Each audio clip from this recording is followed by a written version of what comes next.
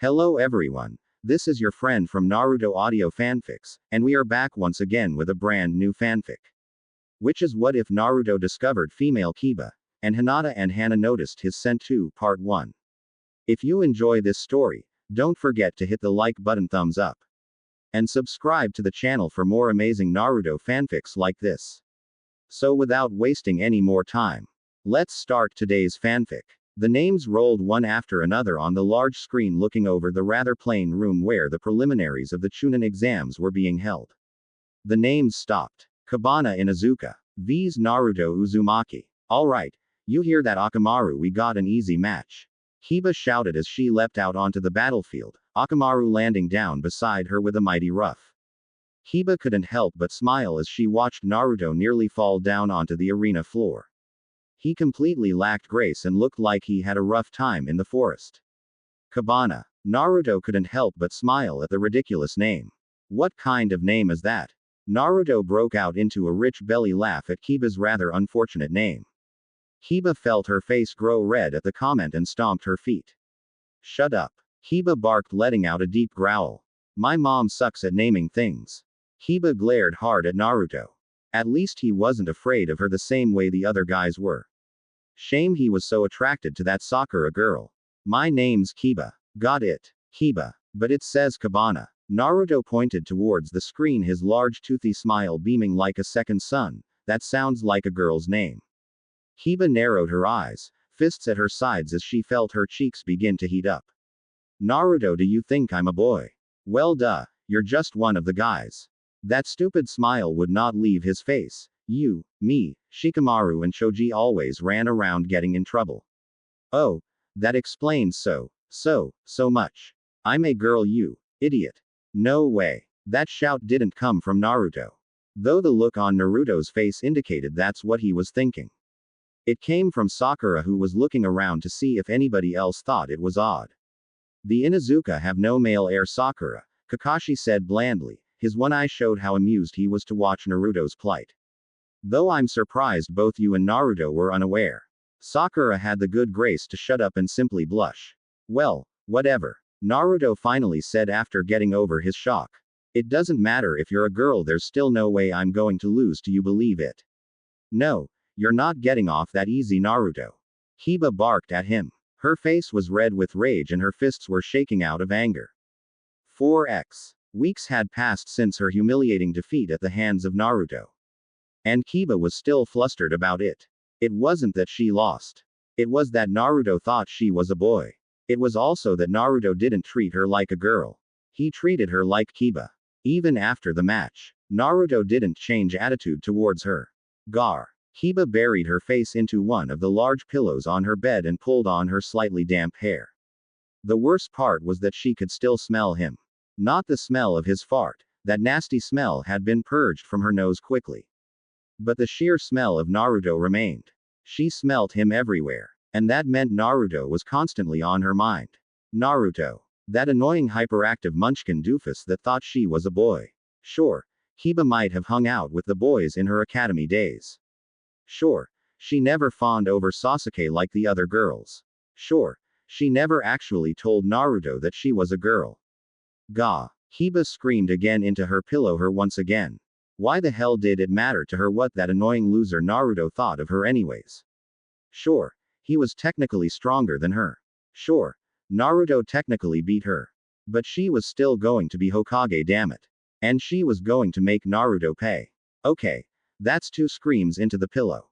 Kiba turned to glare at her older sister Hana as the know-it-all older sibling walked into the room. What's got you so worked up, squirt? Hana nudged the concerned Akamaru to the side as she sat down right next to Kiba.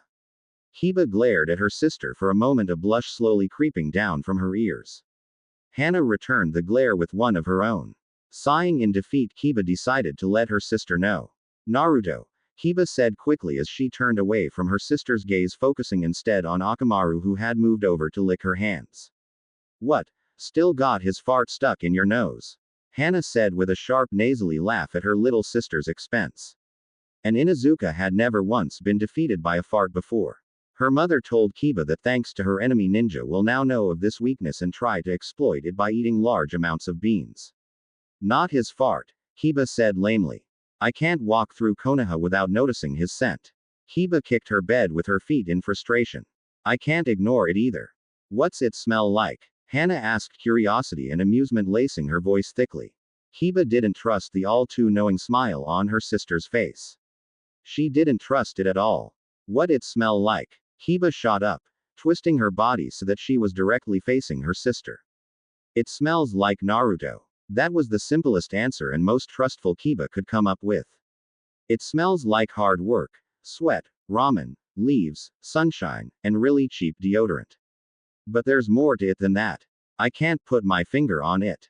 Kiba spat out rapid-fire things about what Naruto smelled like, avoiding the obvious smell of strength that reminded her of her father. That was one of the more prominent traits in Naruto's scent. Wow, Hana said, laughing again. Kiba growled at the laugh. No matter how helpful Hana was, at times the teasing was rarely worth it. Stupid older sisters. Well, do you hate the smell? That caught Kiba off guard as her face twisted into one of confusion. It wasn't that Naruto's scent was bad. Kiba actually thought it was an alright smell. In that she didn't really mind smelling it when she went out into Konoha. She just didn't like that it made her think of Naruto. It's not bad, Kiba said meekly. Hana giggled as she had a mental image of Kiba with dog ears saying that while the ears drooped. Sounds like you have a crush. No way, Kiba shouted quickly, standing up on her bed. The simple thought of having a crush on Naruto was too much to handle, and she just had to move so that it didn't get comfortable in her head. Shaking her head back and forth quickly. There is no way I can like that idiot loser. Why not? Hana asked curiously. Because he thought I was a guy up until a week ago. Kiba attempted to defend herself. And he only found out I was a girl because he was laughing at my name. Those sound like reasons for him not to like you, Hana said, swiping at her sister's feet to force her back down onto the bed. Kiba fell to the bed with an undignified gasp. Akamaru bravely rose to her defense by at Hana's hand. Watch it, pup. He's stupid. Kiba growled from her now prone position. He's the dead last and an idiot. He's weak. He beat you, Hana interjected. But Kiba continued her rant. He's short. He only eats ramen. He's stupid. Hinata already has a crush on him. He likes that Sakura girl. So he obviously has crappy taste in women. Kiba let out a long huff out of her nose. And he's a pervert. Kiba finished by shooting both of her arms straight up into the air. Okay. Sheesh. Hana got up from Kiba's bed and made her way out of the room. She stopped at the door frame. You know, often when girls your age have opinions like that, they actually have a crush on the boy. Hana ran out the door as a pillow flew towards her head. What do you think, Akamaru? Kiba asked her companion, who just yipped at her. She understood exactly what that yip meant. Akamaru was teasing her that she liked Naruto.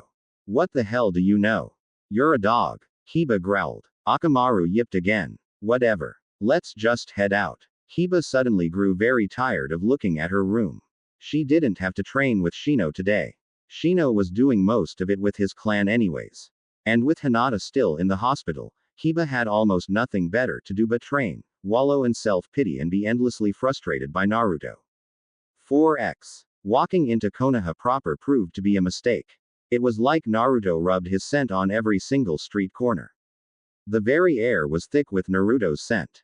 It had always been, Kiba realized as she stomped through one of the many streets of Konoha with Akamaru right behind her. Naruto's scent had always been in and around Konoha. But now she couldn't stop noticing it everywhere. Once she recognized his scent, there was just no escaping it. Ichiraku Ramen. Naruto. Academy. Naruto. Mission Table. Naruto. Random Apartment. Naruto. Red Bridge. Naruto. Sakura. Strawberry Shampoo. And then Naruto. Bathhouse. Naruto. Kiba was at Naruto, where everything smelled like Naruto. It was everywhere. Gah! Kiba shouted in the middle of the street before running off in a random direction. She needed desperately to escape Naruto's scent. She needed him out of her head more than anything. Ignoring the whines of Akamaru at her sudden movement, Kiba bolted out into the thicker forests that surrounded Konoha. Why is he stuck in my head? Kiba asked herself as she rested her against the rough bark of a tree. Akamaru yipped and barked at her.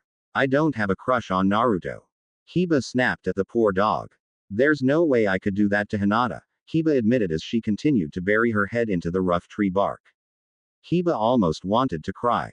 Even out here in the middle of nowhere, she could still smell Naruto. She could practically hear him. Akamaru yipped and growled at her, pulling on her pant leg to get Kiba's attention. What is it? Kiba's disgruntled voice was barely a whisper as she turned her attention to Akamaru. Akamaru barked and then turned around, acting like a pointer. Kiba followed it and felt her heart sink. Somehow, without even thinking about it, she had followed Naruto's scent right to him. Just across the wide river bend in a rather nice-looking swimming hole was Naruto. The wind blew towards Kiba and she felt her knees buckle. It was getting worse. Her cheeks flared red as the raw smell of Naruto filtered into her nose. Kiba wanted to scream. She hated the fact that she was liking the smell. She hated the fact that it was Naruto that was causing this. She hated the fact that Hinata was her friend. She hated the fact that she wanted to just talk to Naruto right then and there. She hated the fact that she didn't know what was even going on. Watching Naruto train without a care in the world, Kiba couldn't help but think that life would be so much easier if she was actually a boy. Kiba simply stood half concealed by the trees and foliage as she watched Naruto train. A large man with a lot of spiky white hair sat nearby, laughing more often than he was giving instructions. The laughter seemed to be proving more effective than the actual instructions in getting Naruto to actually train. All Naruto was really doing was making toads appear over and over again. Most of them were tadpoles no bigger than Naruto's hand. Why's he wasting time with those weak things? Kiba asked nobody in particular. She hadn't realized that she was sitting down until Akamaru curled up in her lap, deciding that a late afternoon nap was a good idea. How on earth is he planning on beating a guy like Neji like that? It was then that Naruto froze. And suddenly looked right at Kiba. Kiba froze as well. Hey Kiba! Naruto shouted at the girl he used to think was a boy. Like a deer being caught by a wolf, Kiba bolted away in a mad scramble. Hey Kiba, wait! Naruto shouted from behind her. Kiba's face was red now. Very red. Her breathing was ragged, and her heart was beating in her ears, so this was what it felt like to die from embarrassment. Naruto had caught her practically stalking him. Naruto's going to think that she likes him now. Naruto's going to get the wrong idea about everything. It was just dumb luck that she stumbled upon Naruto, and it was just curiosity that made her stay and watch as Naruto training. Right. Kiba tripped. Too flustered by the fact that Naruto was actually chasing behind her to fully pay attention to where she was going. Kiba's foot caught under a root, sending her flying towards the ground rather quickly. And sending Akamaru flying through the air. And off the cliff face. Akamaru. Kiba saw Akamaru plummeting to his death. Even a ninja dog wouldn't be able to survive a fall from the height she had practically thrown her companion, her best friend, to his death. She struggled against the wicked root that was wrapped around her ankle. I got him. Kiba twisted to watch Naruto leap off the cliff. With no sense of self-preservation, he caught Akamaru midair in a rough somersault. Naruto! Kiba shouted as she pulled her ankle out of the root, rolling the fragile joint. They were both going to die now. Naruto and Akamaru were both going to die now because she tripped on a root. You okay, Akamaru? Naruto asked as he looked at the dog tucked into his arms. Akamaru whined and gave a yelp. Naruto had no idea what the dog was saying. Well, whatever, let's hope this works.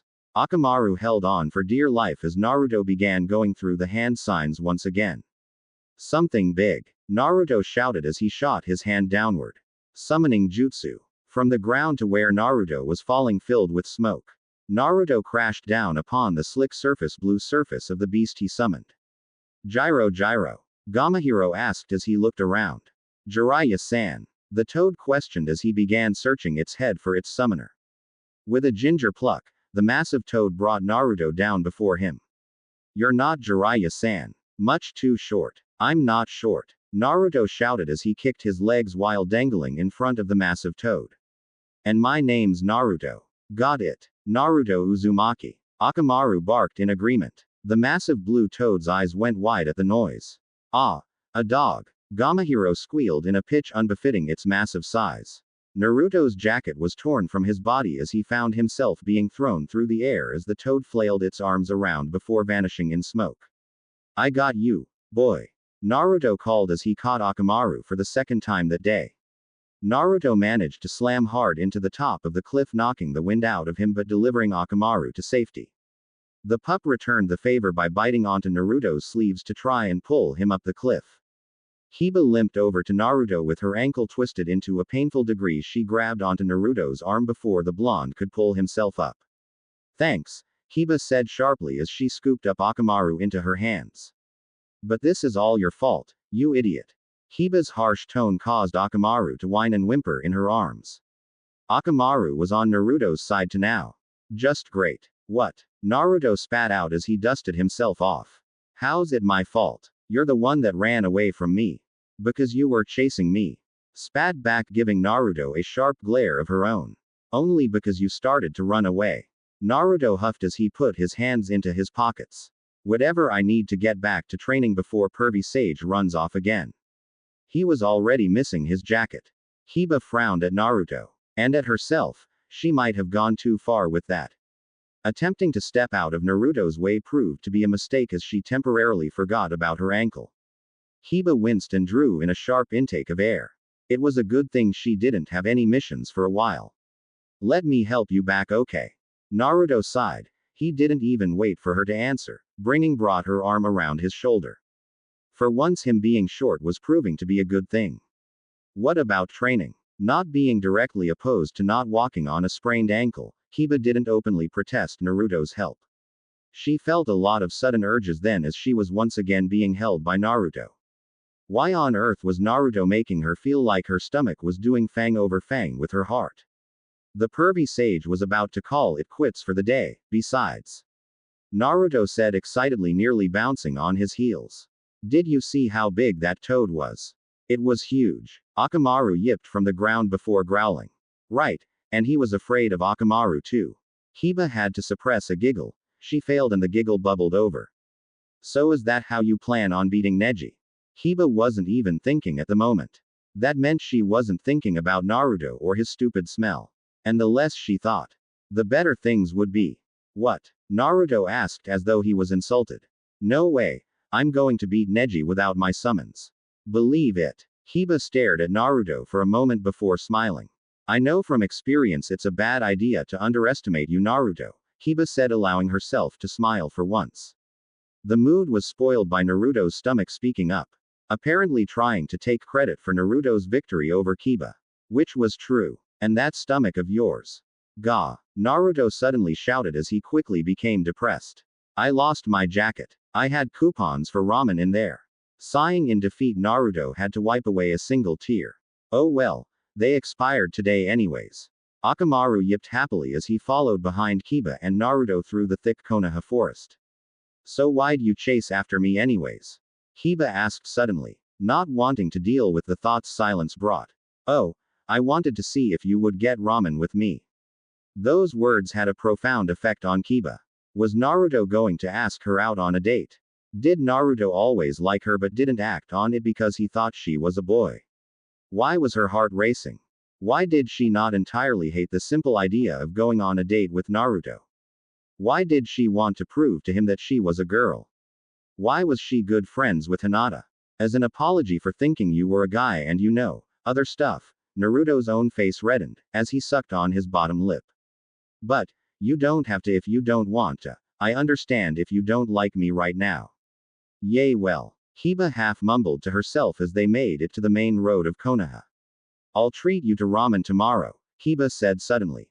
Not that I want or anything. Just as a thank you for saving Akamaru and helping me home. You don't have to if you. Naruto began with a frown but was quickly cut off by. Idiot. Kiba spat. I said I'll treat you to ramen tomorrow. So I'm going to treat you to ramen tomorrow, got it? Kiba's ears were red now and she was once again thankful for her large hoodie covering much of her face. Got it. Naruto said, snapping his mouth shut. Good. He was learning. Good. Kiba said, smirking for a moment. Before she realized exactly what she did. Kabana Inuzuka had just asked Naruto Uzumaki out on a date. What was she thinking? What was she going to wear? What was she going to tell Hinata? How much ramen could Naruto eat? What did you even do on a date? She could practically hear Akamaru snickering at her. She could already feel Hana's teasing. And her mother's amused smirk. Kiba hated that smirk. It was an, oh so close to actually winning kind of smile. Well anyways. I think my ankle got better so, I'll meet you at Ichiraku's at noon tomorrow, okay bye. Kiba quickly sputtered out as she ignored the pain in her foot to quickly. And don't be late, idiot. Girls are weird, Naruto said, looking to Akamaru, who tilted his head in confusion. Before yipping agreeably at Naruto and bolting off after Kiba. But hey, free ramen. Kiba was not a girly girl. She was probably the very definition of a tomboy. Which is why her clothing selection wasn't well suited for dates. Girls wore dresses on dates, after all. At least, that's what Kiba thought. She had never actually been on a date before. Which is why for the first time in her life, Kiba was experiencing a female freakout over her clothing. No, Kiba shouted, throwing yet another shirt onto her bed. She let out a disgusted grunt and threw another shirt. Kiba examined a particularly old shirt for a moment. It would almost work. Does this even fit me anymore? Akamaru barked and whined as yet another shirt flew on top of him. He remained seated in place, shrugging the shirt off to the side. What? Kiba shrieked at her companion, her face slowly growing redder. Akamaru barked and whined in the same way once again, as though he was repeating himself. No, I don't care what you would do, I'm not going to let Naruto smell my. Akamaru barked. Kiba's face grew even redder. That's different. Kiba bit back. That was during a fight. And that is not why I like him. Kiba paused as she realized exactly what she said. No, I don't like Naruto. I absolutely do not like him. She felt like pulling out her hair. She was just going out on a date with Naruto because he had saved Akamaru and helped her back to the village, nothing more. It had absolutely nothing to do with Naruto's scent becoming a pleasant obsession to Kiba. Or how nice he was. There was just absolutely no way that Kiba could have a crush on Naruto. Sure. He was nice, strong, wasn't that bad looking, and smelled absolutely amazing. But there was just no way that Kiba could do that to Hinata. It was just a friendly date that Kiba was freaking out about looking nice for. Now what's got your panties in a twist, squirt? A jolt of shock shot through Kiba's spine as Hana poked her head through the doorway. Hana eyed the complete and utter chaos of Kiba's room. It was only slightly more chaotic than normal with Kiba's entire wardrobe on the bed. I have a date, Kiba whined, as she threw another shirt on the bed. The majority of them were dull grays and browns. And completely covered in dog fur. Kiba realized she said too much when Hana's head vanished from sight, though her hands could still be seen on the inside of Kiba's door frame. Moom. Hana yelled and Kiba instantly broke out into a cold sweat. She would be attending Naruto's funeral soon enough. Kabana has a boyfriend. He's not my boyfriend. Kiba's protests were muted by what sounded like a hurricane suddenly blasting through their house. Dishes crashed, glasses cracked, and the very house itself shook as Inuzuka went on the warpath. There was a squeal as Hana dodged out of the way of their mother. And Kiba suddenly found herself staring down at the feral eyes of her wild mother. Sume was currently wearing a pink slightly frilly apron and smelled like dish soap. She was wild, but nobody could say she wasn't a great mother. Who? Sume asked, clasping Kiba's shoulders as she stared at her daughter with wild eyes. Sume was naturally protective. She enjoyed scaring boys away from her daughters, and this one was exciting. It was the first boy going after her youngest. The smell of fresh meat was in the air. He's not my boyfriend. Kiba tried to defend, really not liking the crazy look in her mother's eyes. Kiba loved her mother dearly, but she knew that her father left because of the raw intensity Sume showed. Woo. Sume came close to growling at the end of it. She needed to know who was seeking her daughter's heart. She needed to make sure they were worthy. To make sure the Inuzuka clan would be made stronger by them. This was their way. Sume tightened her grip on her daughter's shoulders. Naruto. Kiba squeaked out. Instantly Sume's grip lessened from uncomfortable to gentle as she blinked in confusion then recognition. Naruto. Sume repeated. Uzumaki. She watched as Kiba's head bobbed once for confirmation. Blonde hair. Blue eyes. Sume mused as she watched her daughter's head bob twice, once for each question. Well, all right then. Sume stood up, leaving her daughters in shock. Truth be told, she might have been one of the few people to know Kushina as a person. She liked it when girls weren't afraid to beat the tar out of guys. It had led to something of a rivalry and friendship between the two in their youth. Such a shame adopting Naruto had been forbidden. Wait, what? Hana asked in shock as her mother left the room. How come Kiba gets off easy? She began to chase after her mother. You've scared off and intimidated all the boys I've tried to bring home. And Kiba gets an, all right then, when you haven't even met the brat. Get better taste, Sume retorted. Kiba blinked as she considered what just happened. Her completely and utterly terrifying cross between a man-eater and man-hater had just approved of Naruto as a boyfriend. There was no good way of feeling about this. Not pursuing it would be throwing away the first boyfriend approval Sume had ever given, but pursuing it would mean that Kiba liked Naruto. Which she certainly did not. At least, not like that. It's just a date as friends, Kiba reaffirmed to herself. It's just ramen. She breathed in and out for a moment, calming herself down. Akamaru barked and yipped at her. She threw an article of clothing directly at the pup. Not helping. Eventually, Hana returned, assuming the typical older sister pose that involved leaning against the doorframe with her arms crossed. So why are you searching through all your clothes? I'm trying to find something that makes me look like a girl, Kiba grunted out as she began reaching deeper into her closet. She pulled out another plain-looking shirt, and threw it on the bed along with the others in a huff. The date was soon, and she was beginning to lose hope. PFF'd. You might as well be a boy, Hana said, walking over to Kiba's pile and pulled out some clothing at random. You have no idea how to dress like a girl. She examined the clothing she picked out and threw one at Kiba. Why is it so important that you do? Kiba began to put on the top she was handed. Naruto thought I was a boy, Kiba reminded. And it wasn't just him. A girl, Sakura, thought I was a boy, too. That one hurt more. Naruto was an oblivious idiot, but Sakura was actually smart.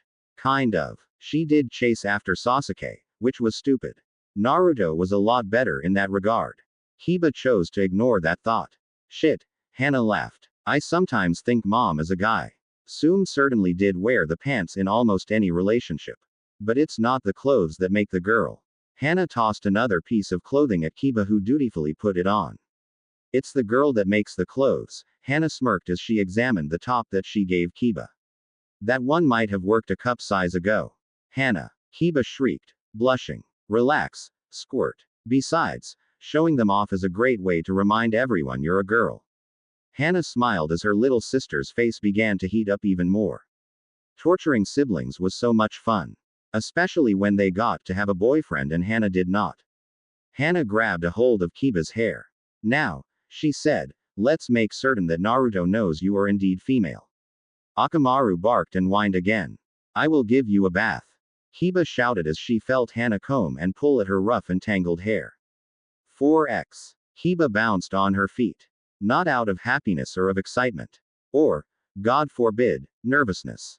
There was no way having a meeting with Naruto would make her feel any of those things. She was bouncing on her feet because she was bored and impatient. Naruto wasn't here yet. It wasn't that Naruto was late. It was more that Kiba was early. A good 10 minutes early. Kiba was 10 minutes early because she had nothing better to do. All she had planned today was to eat ramen with Naruto. All she had to do was make it through this date and then totally not freak out. And visit Hinata again. Oh, hey, Akamaru. Naruto casually walked up, greeting the dog first instead of Kiba. Kiba's head instantly snapped to Naruto. She didn't quite recognize him without that jacket on. It wasn't that he looked completely different, it was just that that stupid jacket was such a big part of what made Naruto Naruto. It was weird without him wearing it. Have you seen Kiba? Naruto asked the dog, who instantly made a sound that was probably laughter. Actually, it was laughter. That spark of anger that began to form in Kiba's gut was instantly washed away by confusion, and then, for a second, amusement. I'm right here, you idiot. Kiba barked, stomping her feet. Naruto blinked at her. His mouth fell open. Wow. That was not the reaction Kiba was expecting. But she was rather glad she had gotten that reaction out of Naruto. Naruto's shock turned to a kind and warm smile. Your hair is really pretty like that. This marked the day that Kiba would start to comb her hair every day.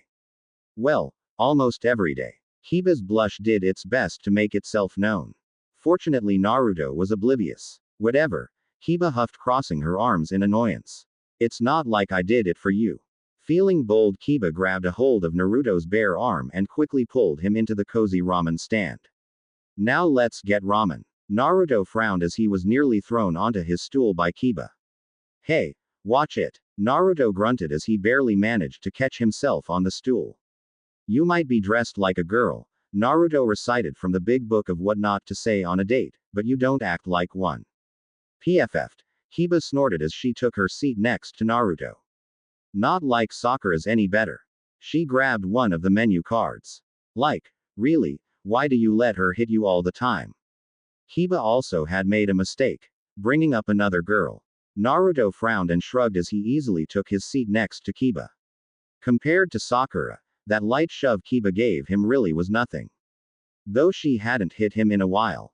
When was the last time Sakura hit him? Not since the mission in the wave, right? Well, she hasn't done it in a while, Naruto huffed offhandedly.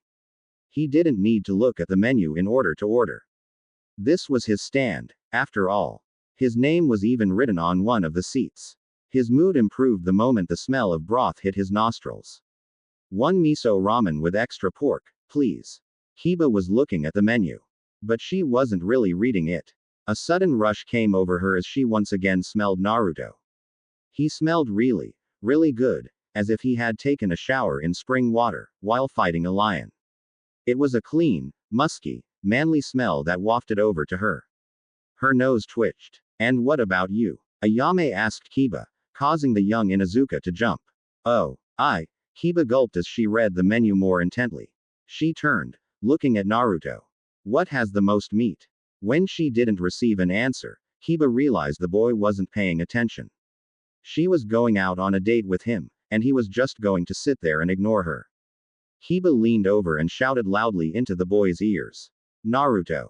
Gah. Naruto nearly fell from his seat once again. He spun around to face the loudmouth next to him. What the hell was that for, Kiba? I asked you a question, Kiba snorted as she pointed at the menu. What ramen has the most meat? What? Can't you read? Naruto asked as he leaned over to look at the menu. I'm not the dead last, you idiot, Kiba snorted. But you are the ramen expert and this is your favorite place. So help me out and order me a ramen with a lot of meat. Akamaru yipped from the ground behind the curtain. Nobody asked you. Kiba growled at the dog before directing her scowl towards Naruto. Here, the one called Meat Lover's Ramen should have everything you want on it, Naruto said, pointing directly at the menu in Kiba's hand. So, one Meat Lover's Ramen? Ayame asked, a rather concerned and bemused look on her face. Naruto was acting like this was just lunch with friends. The girl was acting like this should be a date, but she didn't really want it to be a date. It was going to be fun to watch. Kiba nodded quickly. Yes, please. She kept glaring over at Naruto as they sat there quietly waiting for their ramen. She needed him to say something. Naruto needed to talk to her. This was a date, right? Hey, Naruto said suddenly, shooting up in his seat. Kiba instantly stood at attention, looking at Naruto as she sucked her bottom lip over her teeth. How come you're on a team with Hinata if you're both girls? Kiba blinked at the question. She had never actually thought about it. The only male on her team was Shino. And Akamaru. And neither one of them were particularly threatening to females. Then there was Kurenai. To say that she was a man-hater was wrong, but the Junin sensei of Team 8 made her opinion known that Kunoichi were just as strong as their male counterparts. Maybe Kurenai sensei requested it. I think Iruka assigned the teams, though, Naruto said, tapping his foot against the leg of the stool. A pang of realization went through him. Do you think he thought you were a guy too? Naruto's tone almost sounded hopeful, as if it would make him feel like less of an idiot if Sakura and Iruka were both wrong about Kiba's gender as well. After all, they were essentially the two smartest people Naruto knew. Kiba frowned, her mouth slightly open, as she tried to think of a retort or an instance where Iruka had called her Kabana or made any indication. Even when they were split by gender for certain activities, Kiba stayed with the boys. Largely because she wasn't friends with any of the girls. She had always thought that Iruka was just understanding and didn't really care. Memories of Iruka shouting at her when she was making trouble with Naruto, Choji and Shikamaru flashed through her mind. It was always, You boys, or, you guys. She was never singled out as a girl. I hope not. Kiba groaned out, her head meeting with the hard wooden countertop. I don't even want to know how many people thought I was a boy. The number was already several times greater than she ever thought possible. It was bad enough that Naruto and Sakura were on that list. Kiba did not want to add any names to the list. Well, it's your fault for dressing like a boy, Naruto joked. Kiba crossed her arms with a mighty huff. Akamaru barked in agreement with Naruto. It was just a jacket. Kiba protested. Hinata wears a jacket. Hinata acts like a girl. Kiba's chopsticks snapped in two. Shut up. Naruto did just that, although he allowed a nervous chuckle to escape. And then there was ramen. For a brief glorious few seconds, Kiba's senses were completely overwhelmed and all traces of Naruto vanished. The bowl before her was a hot steaming pile of noodle and meat. Not a single vegetable was seen on the glorious mountain of meat and egg. Before her sat the manliest meatiest bowl of ramen Kiba had ever laid her eyes on. Its aroma was heavy and hung in the air like a thick viscous fog that seemed determined to fill her nostrils to the brim. The smell of the beef mixed with the sour smell of the chicken that performed the tango with the pork. All while having dirty with the noodles as they stewed in the thick broth. It reminded her of Naruto. Looking over at her date, Kiba allowed the tips of her lips to twitch as she saw how engrossed Naruto was with his meal. He was nearly inhaling the ramen like a mad animal. And if her ramen tasted as good as it smelled, Kiba would likely be doing the same. Elegantly grabbing one of the beef strips and wrapping it tightly in noodles, Kiba breathed on it once, enjoying the visual of the steam floating away from her before flowing back up towards her nose. The taste did not disappoint Kiba. This was her first time eating at this ramen stand. Bowls filled with noodles and liquid just didn't sound anywhere near as good as barbecue where she could eat all the meat she wanted. But this bowl was simply divine. Thanks for the meal, Kiba, Naruto said as he was finished with his bowl of ramen. He practically inhaled his. Kiba was nearly envious of the speed at which Naruto consumed his ramen. She didn't want to savor her ramen. She wanted it in her. Now, I'll see you later. Kiba blinked as she slurped up a piece of beef that was a bit long. Naruto was leaving. Now, in the middle of their date. What the hell? What the hell? Kiba shouted as anger quickly rose up inside of her. Sure, the date so far had been a shitty one. The only positive was the ramen and Naruto saying he liked her hair. But that was it. Other than that, they'd been arguing for no good reason. But Naruto was leaving so soon. He could at least wait until she finished her ramen. Was that too much to ask for? Why the air you leaving now? Naruto mused, confused, as Kiba angrily rose to meet him, once again demonstrating that she was, indeed, taller than he was. I thought you just wanted to buy me a bowl of ramen. You should at least wait for your date to finish her meal before you decided to end the dated. Kiba shouted. Her hands were shaking and her face was flushed with anger. Akamaru joined her in growling at Naruto. What? Naruto asked. This was the first he heard of it being a date. He thought it was just free food. This was a date. Whatever. Fine. Kiba shouted, turning around, huffing. It's not like I wanted to go out on a date with an idiot loser like you. Kiba began marching off. I hope you lose to Neji, you stupid bastard. Akamaru followed dutifully behind his partner. Kiba, wait. Naruto attempted to chase after her but was instantly put in his place by the savage barks of Akamaru. The small dog snarled at the blonde, showing fangs and all. How dare this idiot boy make his Kiba cry? Whoa, Akamaru, calm down. The dog continued barking madly and snapped at Naruto, causing Naruto to back away in shock, not wanting to get bitten by the dog. Okay. Naruto surrendered. With a huff, Akamaru turned to leave. Boy, you messed that one up, Naruto, Ayame said with a deep frown. Who's going to pay the bill? Tsuki asked from behind the counter. Naruto frowned as he pulled out his wallet and paid for their meal. Things were going to be tight now. Meat lovers' ramen were expensive. And now he felt rather guilty about what happened with Kiba and couldn't even bother to finish her half-empty bowl of ramen. 4x. Alright, Naruto, Jiraiya said with a deep sigh. He'd been watching his most recent blonde student struggle with summoning so much as a tadpole, compared to yesterday when he summoned Gamahiro. It was a large setback. However, this was Naruto's usual level of sucking. What's wrong? Nothing. Naruto shouted with a frown as he tried to summon another frog. This time, absolutely nothing happened.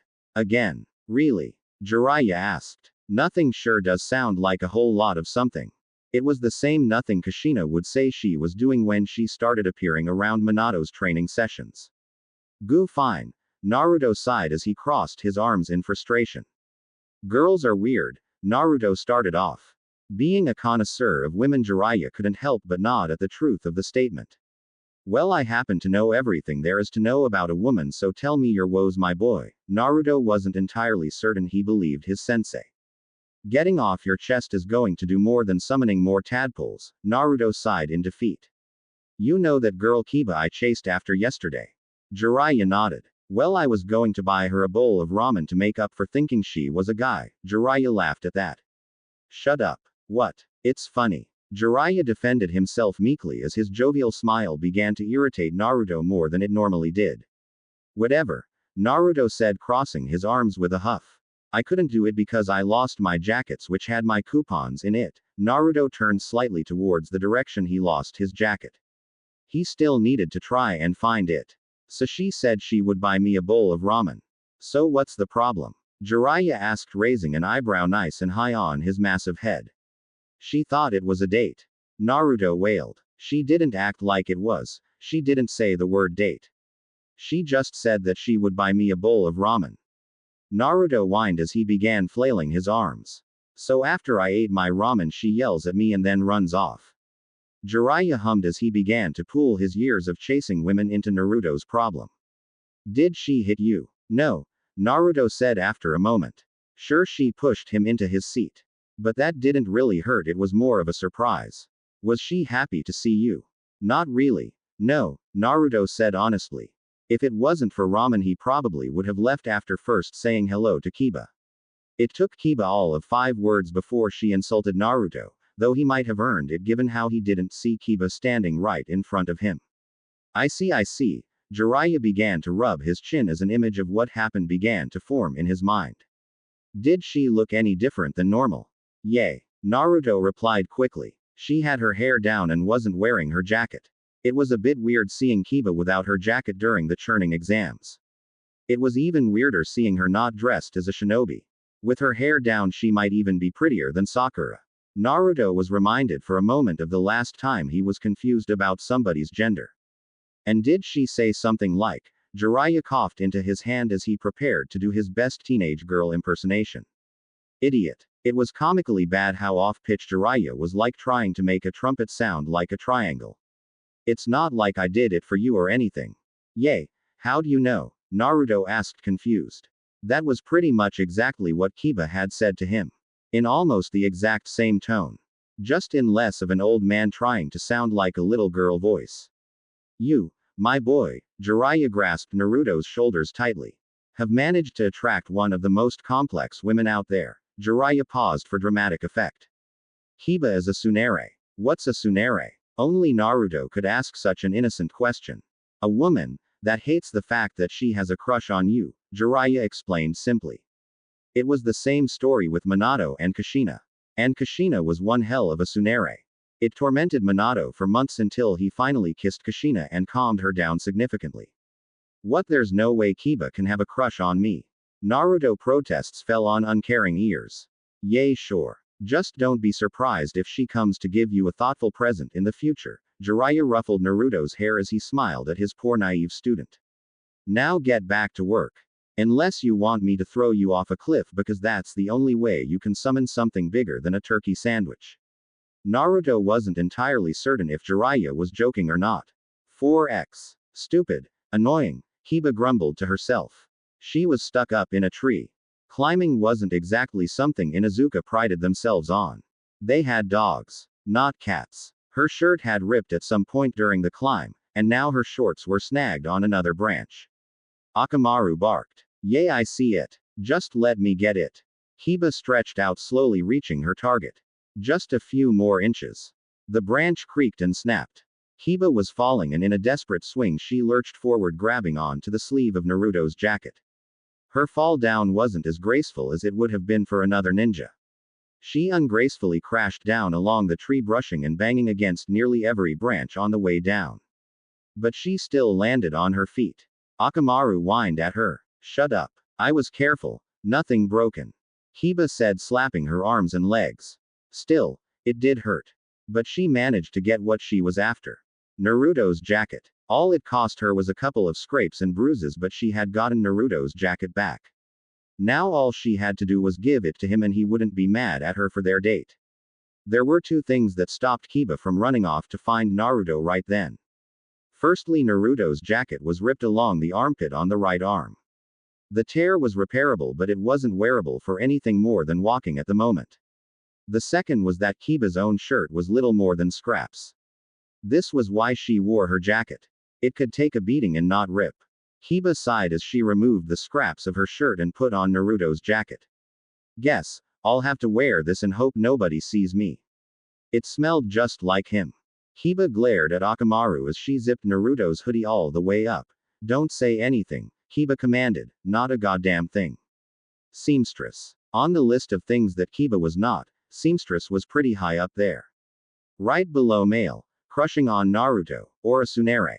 She was not a tsundere. She, like all Inuzuka, wore her emotions on her sleeve.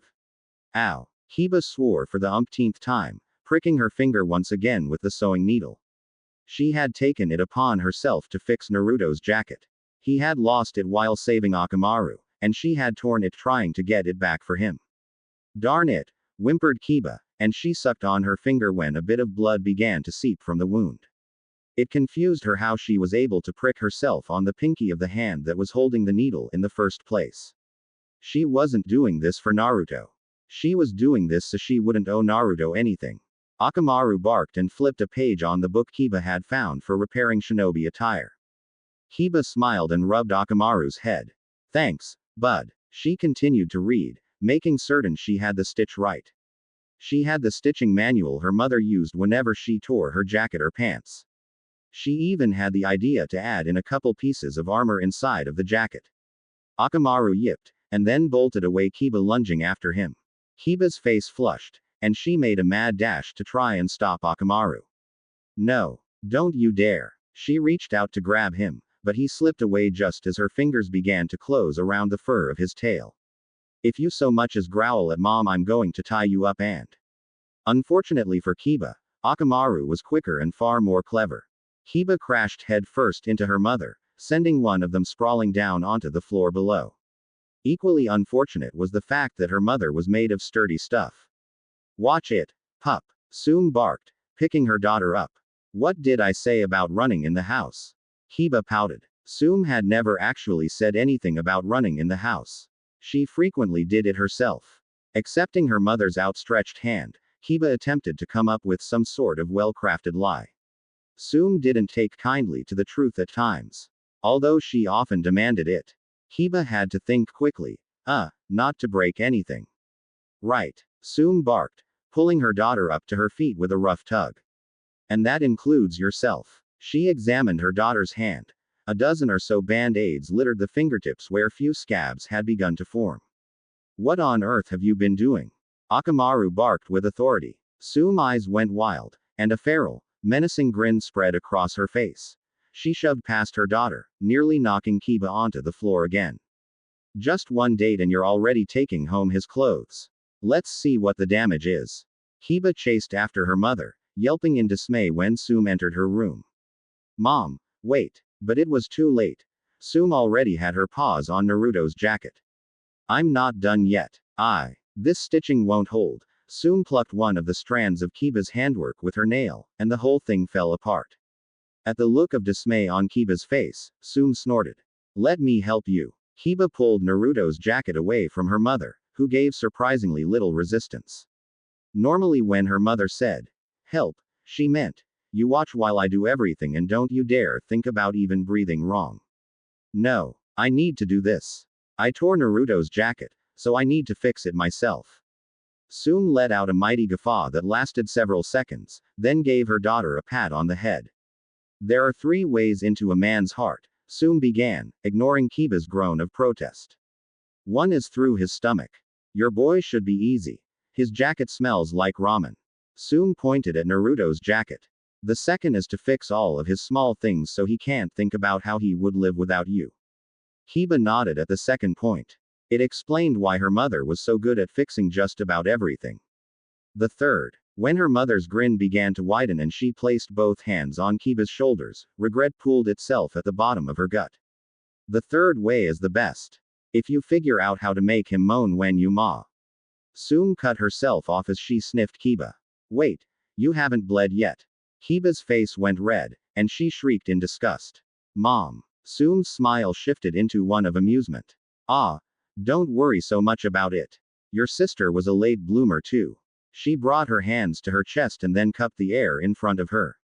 And boy did she bloom. I have no idea where she got those sweater puppies, certainly not from me. Sume then gave her daughter a wicked eye. And from the looks of things, you're going to follow after her bra steps. Mom. Sume simply smiled even wider. And didn't that Naruto boy make the jutsu? She mused. Boy, you should see the cans on that thing. I think he'll love yours when you finish growing. Kiba remained silent, shades of red previously unknown to the likes of mankind flashing across her cheeks. Akamaru rolled on the ground, mimicking laughter. Having thoroughly teased her daughter to the point where even the walls were nearly glowing red in embarrassment, Sume sighed and looked over at the material Kiba had gotten.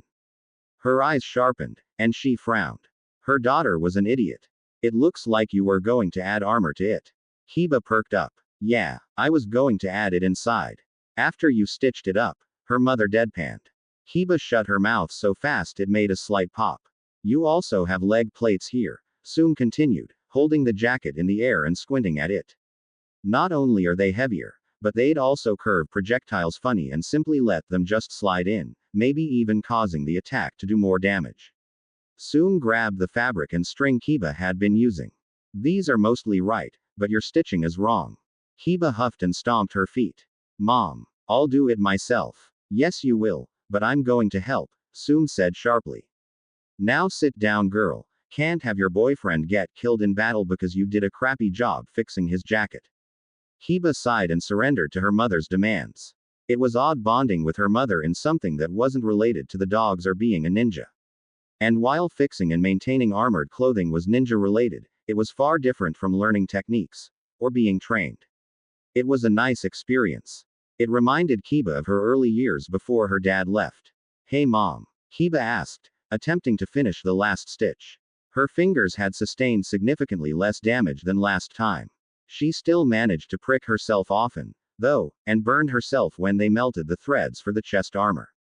You're doing fine, pup, Sume said, watching her daughter's hand carefully. Did dad love us? Sume froze at the question.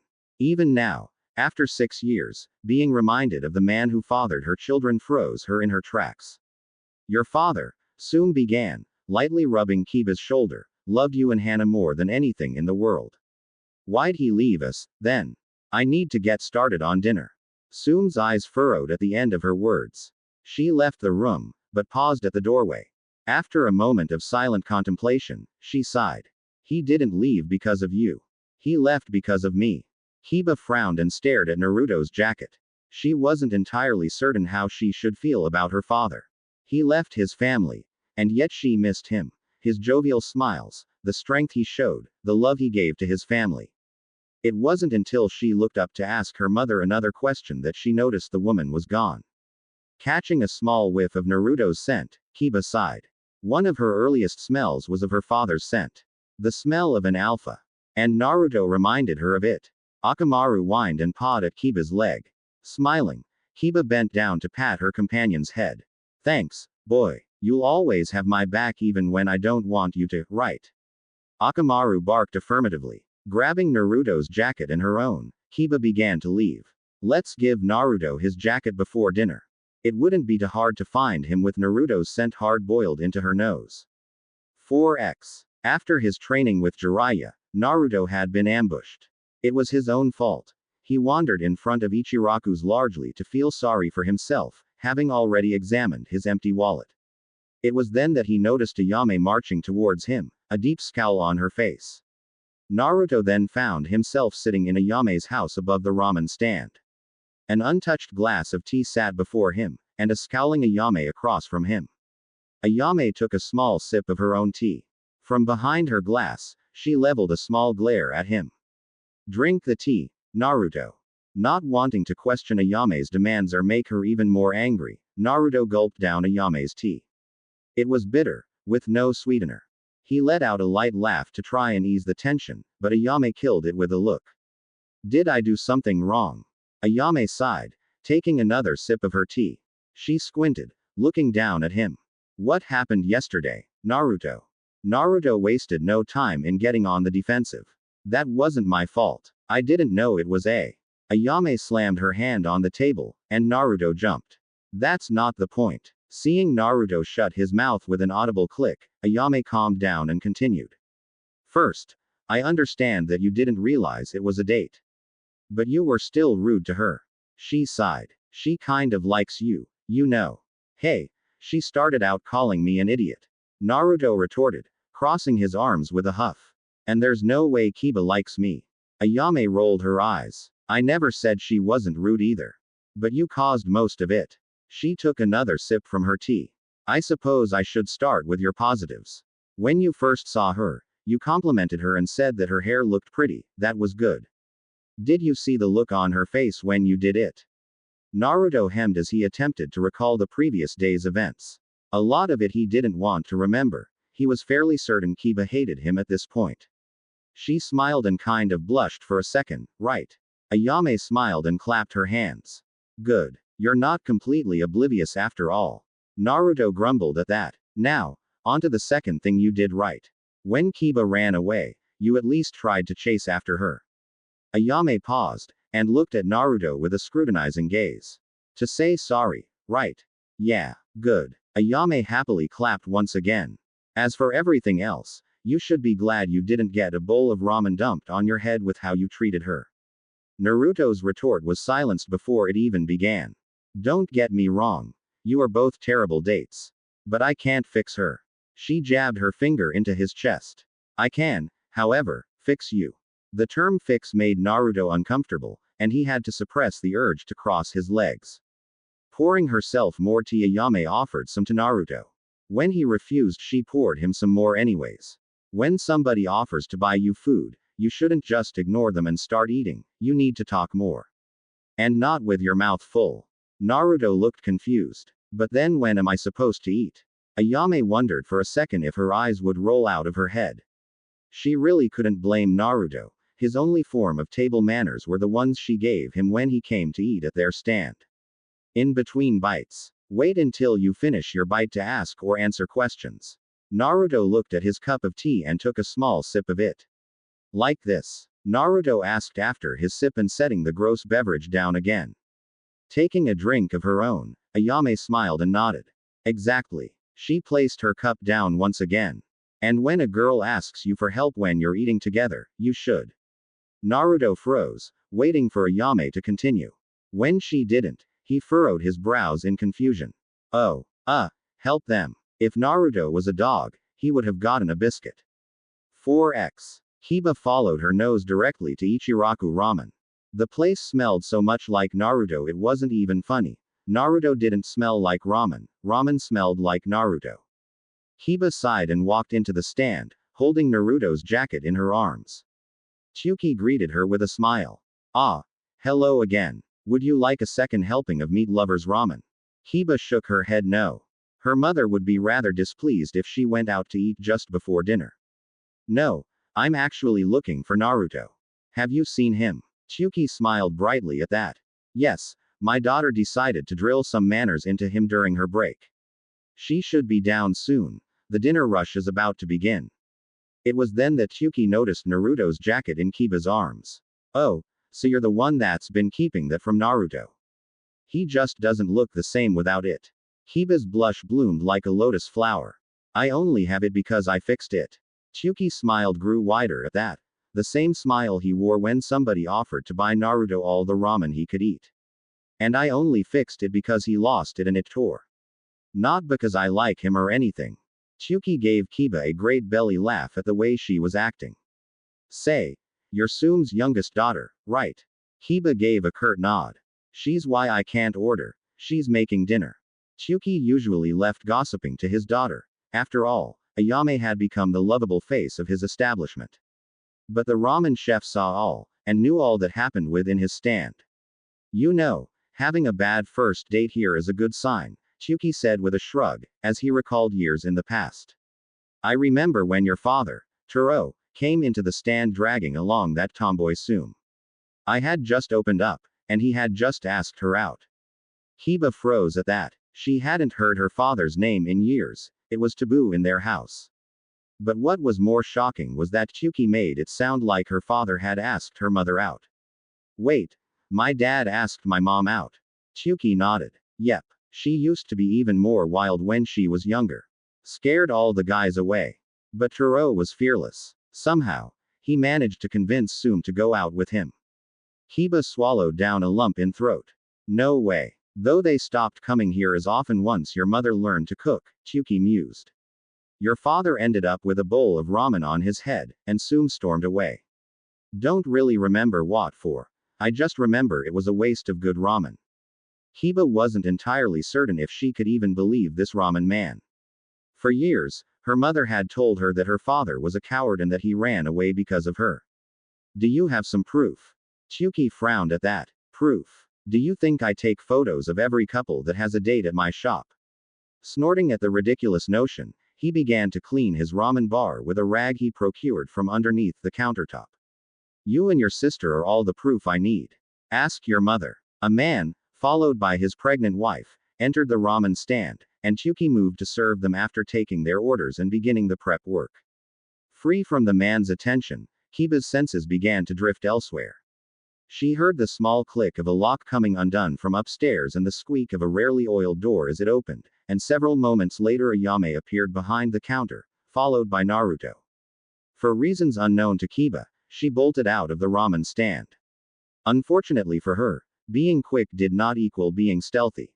Hey, Kiba, wait. Kiba felt her sweat run cold and her blood boil, her heart beating to its own rhythm. Naruto was probably still mad at her for running away during their date, not that he thought it was a date, or maybe for leaving him with a bill and saying that she hoped he'd lose. Hey Kiba. Kiba turned on her feet, beginning a bow at the waist when she was facing Naruto. I'm sore. Crack. Ow. The bow was cut short and they both shot back, each reeling from the feeling of having headbutted the other. It sounded like two coconuts banging into each other. And had the circumstances been different, and his forehead less in pain, Naruto would have probably found the situation hilarious. If Akamaru could have laughed, he would have.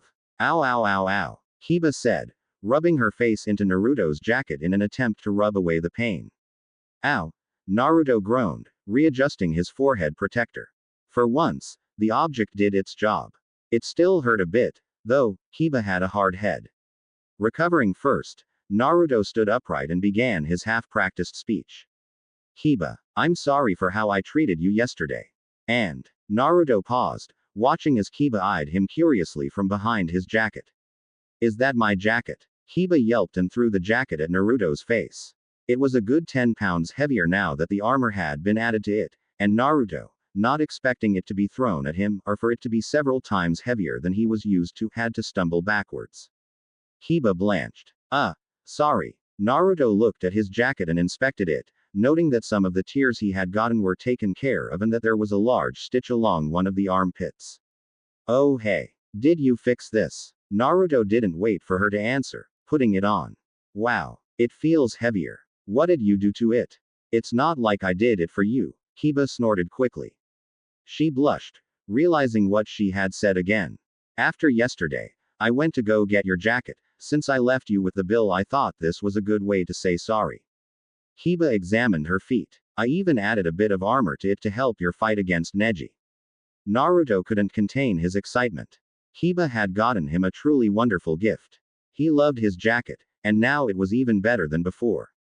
Thank you so much, Kiba. Naruto yelled, pulling Kiba into a tight hug. Kiba squealed when the boy leapt forward. Physical contact with Naruto, while not entirely unwanted, was still a surprise. Naruto's excitement was twofold. He got his jacket back, and he was starting to think that maybe, just maybe, Jiraiya and Ayame were right. Maybe Kiba really did like him. Raw excitement flushed over him. A girl liked him. Him. Kiba would have returned the hug with just as much enthusiasm, if she wasn't freaking out, or if her arms weren't pinned to her sides. Naruto was hugging her with more force than when he grabbed her during the Chunin exams, and she could feel her vision starting to fade from the pressure. Worse still was the warmth Kiba felt from the hug and the warmth in Naruto's voice. It might have been pleasant, if she could breathe. Naruto. Air. Kiba pleaded. Naruto dropped Kiba quickly and took a step back, his cheeks red from embarrassment. Sorry Kiba. When Kiba puts her hood down, she definitely looks prettier than Sakura, he noted, after he took a long look at her. I was just happy that you did this for me and that you're not mad at me anymore. Kiba blushed. How could she hate Naruto after yesterday? The whole thing was her fault. She was rude to him from the start, and she never actually said the word date until it was too late. You idiot, Kiba whispered, steeling herself. You should have been mad at me. I called you names and said that I hoped you'd lose. Which I don't. You need to kick Neji's butt for Hinata. Naruto's smile widened at that. Yeah, I beat you, so I'll be able to go all the way to top, right? The implied compliment made Kiba smile. You bet. I can't have the guy the first lost to losing in the first round. Sticking her fist out towards Naruto, she waited for him to bump it. You better win. I don't want to waste my cheering on a loser. Naruto smiled and bumped Kiba's fist. Don't worry. I'll make Chunin no problem. Dropping her fist, Kiba looked at Naruto, biting her bottom lip ever so slightly. Hey, she began, as the storm inside her raged. After the Chunin exams are over. She trailed off, and Naruto let out an elongated hum. Would you like to go out with me? Was she really doing this? Was she really going to actually ask Naruto out on a date just after their last one failed so bad? On some missions, Kiba quickly added, shaking away the thoughts that plagued her mind. Naruto didn't allow his smile to fall. He was kind of hoping she would say date, but missions with Kiba sounded just fine as well. Okay. Just the two of us. Not wanting to be ignored, Akamaru jumped up between the two and barked. Three of us, Kiba corrected, bending down to pick up Akamaru. Naruto rolled his eyes with a smile and a huff, leaning down to ruffle the fur on Akamaru's head. Yeah, sure. I guess Akamaru can come. Akamaru wagged his tail, trying to play bite at Naruto's hand. Kiba smiled one last time. Well, I need to go before my mom yells at me. She turned on her heel and began running off. You better not lose, you idiot. Naruto waved goodbye. Kiba had a weird way of wishing him luck. Kiba was running. She was late. Naruto and had probably left already. She was an hour late, so she would have done the same thing. If he was still there, she didn't want to keep him waiting any longer than necessary. Her uncombed hair floated like a mudslide behind her. It was a Saturday. It was only natural to sleep in, after all. Kiba skidded around the corner of her home. Her exit, however, was blocked by a mirthful Hana. With a wide stance and hands on her hips, it was clear that Hana wasn't going to let her little sister off easily. Late for your date, runt. Hana barked, venom foaming from each word. Kiba didn't slow. It had been well over a month since her and Naruto had had their date. She had finally found him again, not that she was looking for him, and established a time for their second date.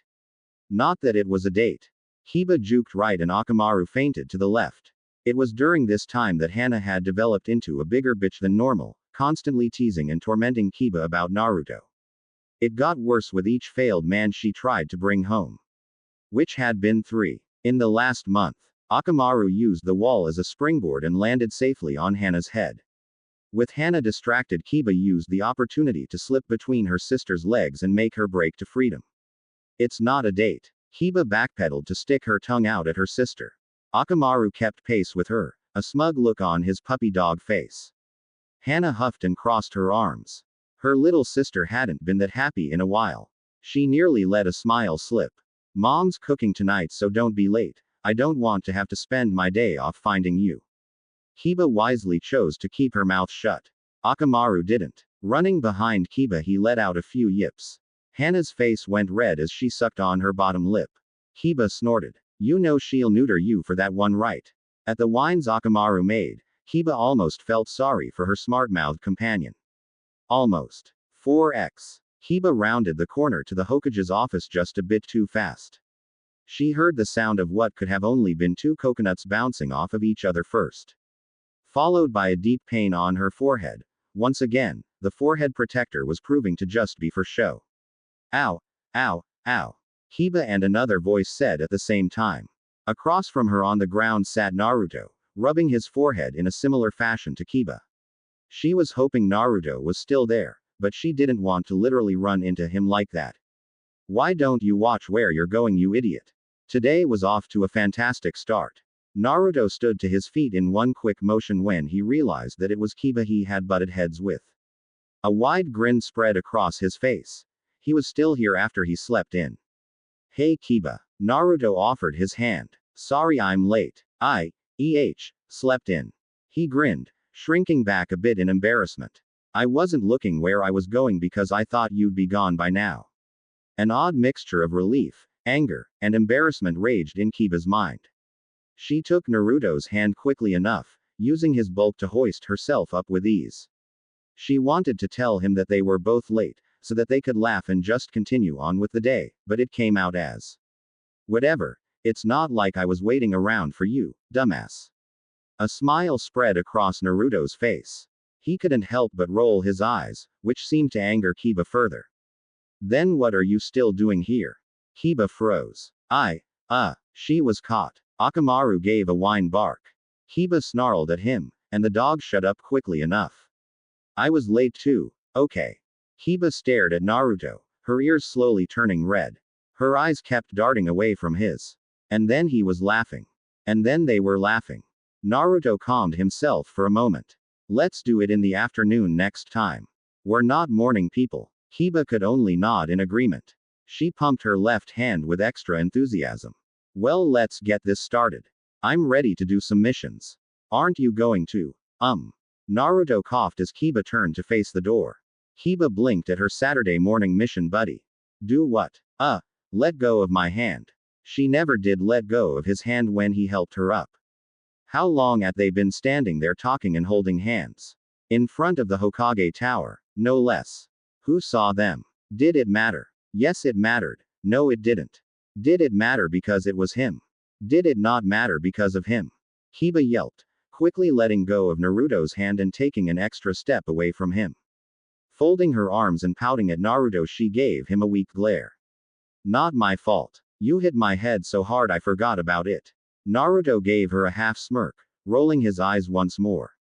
Whatever. Let's go hit up Granny for some missions. Like a true gentleman, Naruto opened the door for Kiba. Kiba took the open door and waited for Naruto to join her in the hallway. So is she actually your grandma? It'd be pretty cool to be related to a Hokage. The rush of air that came out of Naruto's nose was a clear indication that the idea was ludicrous. Nah, she just looks young. She's actually really old and uses a jutsu to make herself look young, so I call her Granny because it bugs her. Kiba let out a bark of laughter. Annoying the Hokage doesn't seem like a good idea, Naruto. They arrived at the Hokage's office. It was Kiba's first time receiving missions from the new Hokage. She wasn't even certain if Lady Tsunade would give two genin a couple of D ranks. Certainly not everything needed to be handled by a team of 3 with a sensei. With her enhanced senses, Kiba picked up on 2 rather worrying things. The first was that from the other side of the door there was a slight rumbling. Like snoring. The second was the unmistakable smell of cheap sake. Kiba knew the smell well, it was the kind her mother got on certain dates. With no sense of grace or manners, Naruto opened the door and barraged in. Most people knocked. Naruto wasn't most people. Lady Tsunade, 5th Hokage of Konoha, was quick to sit upright. The empty body of sake that was sitting on her desk tipped over and began rolling off the side. Tsunade caught it with her hand. Do I need to teach you manners, brat? With a huff, Naruto crossed his arms. Ayame has been giving me lessons every time I get ramen now. He didn't want to blame Kiba, but their horrendous first day had sparked Ayame to take Naruto's lack of manners into her own hands. He still had no idea what he did wrong most of the time. Kiba was quick to stand in front of Naruto and gave her new leader a deep bow. Hello, Lady Tsunade. I am Kiba Inuzuka. She had a deep respect for a female Hokage, even if it did crush her dream of being the first female Hokage. Me and this idiot are here to see if you have any missions we can do today. You two trying to get enough money to go on a date or something? Tsunade asked with a raised eyebrow. She wouldn't have cared if they had said yes, it was normal for teens to date. It was also normal for teens to need money. A calm refusal would have been slightly disappointing. With a deep blush that made her clan markings fade away, Kiba looked at Naruto quickly 3 times, never once staring at him for longer than a blink. Her messy brown hair began to stand on its end. What? No way. We're not going to go on a date. Naruto turned into a tomato with blonde hair. The mention of dating Kiba gave him a sinking feeling inside of his gut. The memories of their failed date came bubbling up to the surface. As did every single one of Ayame's lessons. Worse still were Jiraiya's. Tsunade smiled deeply. Oh, she was going to have fun teasing these two. Oh shame, you two make a cute couple. For her efforts, Tsunade was rewarded with more blushing. She might have to check on the girl at some point, that shade of red wasn't natural. Akamaru chased his tail. Whatever. Naruto shouted, flailing his arms. Can we have a couple D ranks or not? Fine, fine, Tsunade said, digging into a pile of D rank scrolls. She pulled out 3. Here, weed pulling should take about an hour, finishing the file work won't take too long either, and finally painting a fence. Naruto's face crinkled in disgust as Tsunade listed off his tasks. Don't you have anything more exciting? A quick shove from Kiba stopped Naruto from complaining further. Those are fine, Lady Tsunade. Kiba shot Naruto a shut the hell up glare and retrieved the scrolls from Tsunade. You could learn a thing or two from your girlfriend, brat. Tsunade had to restrain herself from rolling over with laughter at the expressions the two made. It was so fun to tease teenagers. They were so obvious about their feelings and in such denial about them as well. Kiba pushed Naruto out the door as quickly as she could, snapping her head back to yell at the Hokage. He's not my boyfriend. 4x. Pulling weeds as part of her genin team was a boring mechanical process. It honestly was one of Kiba's least favorite missions. Largely because she couldn't do it quickly most of the time. The owners didn't want their lawns to be dug up by a fang over fang. Perfectly reasonable. Reasonable but still boring. With Naruto, however, Kiba couldn't remember the last time she had laughed so hard. It helped that Naruto also used a few shadow clones to speed up the process slightly. It was then that Kiba realized that shadow clones smelled like Naruto as well. It was going to her head. And then after I got behind him, I took out my kunai and stabbed him in the butt. Naruto was animated as he retold one of his many fights. Then when he knocked me away, the explosive tag went off. An exploding kunai to the rear end just so happened to be in lines with Kiba's sense of humor. Crude, effective, and just a little bit nasty. Kiba's laugh helped her rip out a rather stubborn weed. She laughed too hard and let out an oink. Naruto stopped and smiled at her. Kiba tried to stop her laughter. It only made it worse. You oink. Naruto shouted happily, pointing a finger at Kiba with much enthusiasm. The shock of the sound that Kiba made caused Naruto to enter his own giggle fit quickly after. Kiba's laugh devolved into hiccups as she tried to stop. She turned a slightly teary-eyed glare towards Naruto. A few giggles still escaping her lips. You jerk. Don't make fun of my laugh. I'm not making fun of it, Naruto said, calming his own laughter easily enough. A blush spread across his face as Naruto turned back down towards some of the weeds. I think it's kind of cute. Kiba froze. She had only have been made fun of for her oinks. And yet here Naruto was saying that it was cute. She was grateful that he was looking at the ground as he pulled up another weed. She couldn't help but smile and blush. You dumbass, what makes you think I care? The weed Naruto was struggling with finally gave way as he pulled up a giant glob of dirt with its roots and all. He fell to his butt and looked at Kiba. He presented the weed in his hand like an ugly trophy. Doesn't mean it's not cute. 4x. Shizune made them wash their hands when they arrived for their next mission. She didn't want the files to get dirty. According to Shizune, the old system was absolutely rubbish and that her new system for organizing things would much more effective. Today, Shizune began by clicking a pen onto a clipboard. You two will be responsible for putting our shinobi files in alphabetical order. Some of them are retired, Mia, are deceased, be sure to put them under the right category. Please sort them by last name first so that all the clans are together for quick and easy reference. A dead silence drifted between Naruto and Kiba as they stared at Shizune and the massive stacks of files next to her. Neither one of them liked paper. It reminded them of academy homework. Of the genin team assigned to do her mission only the little dog looked like he understood her. But that might have been because it wagged its tail when she looked at it. Any questions? Shizune asked, desperately hoping to clear up any miscommunications. Naruto and Kiba stared at each other. Then at the large intimidating stacks. And finally back at Shizune. Nope. Naruto said, making a pop. Okay. Shizune said. She slowly began backing away from the duo. I'll be back in a bit to check on your progress. She'd be back in 30 minutes. They couldn't mess up things that badly right. They were strong, capable ninja. You got it, Shizune. Naruto said happily as Shizune left. Looking at Kiba, Naruto stroked his chin in thought. How do you want to do this? Kiba simply looked at the stacks once again. I don't know. You make a couple of clones, and I'll read the file to find out where they're supposed to go. It sounded efficient. Eventually they got a system down using just the right amount of clones for the job. They made fun of a few names, a few pictures. Naruto brightened up when his file came up and his ridiculous ID picture he had taken was included with the do-over one the old man made him take. And then everything stopped. Kiba wasn't even aware of what she was holding until she was halfway through reading it. She froze. Her hands trembled as though she had just walked into the snow. In her hands was the profile of Taro Inuzuka. Her father. It had been so long since she had last seen a picture of him. Her mother had seen fit to remove all such photos from their house one day. He was standing firm in his identification photo, a true ninja of the leaf. Right below his rank Junin, in big red letters was Mia. Kiba fell to her knees.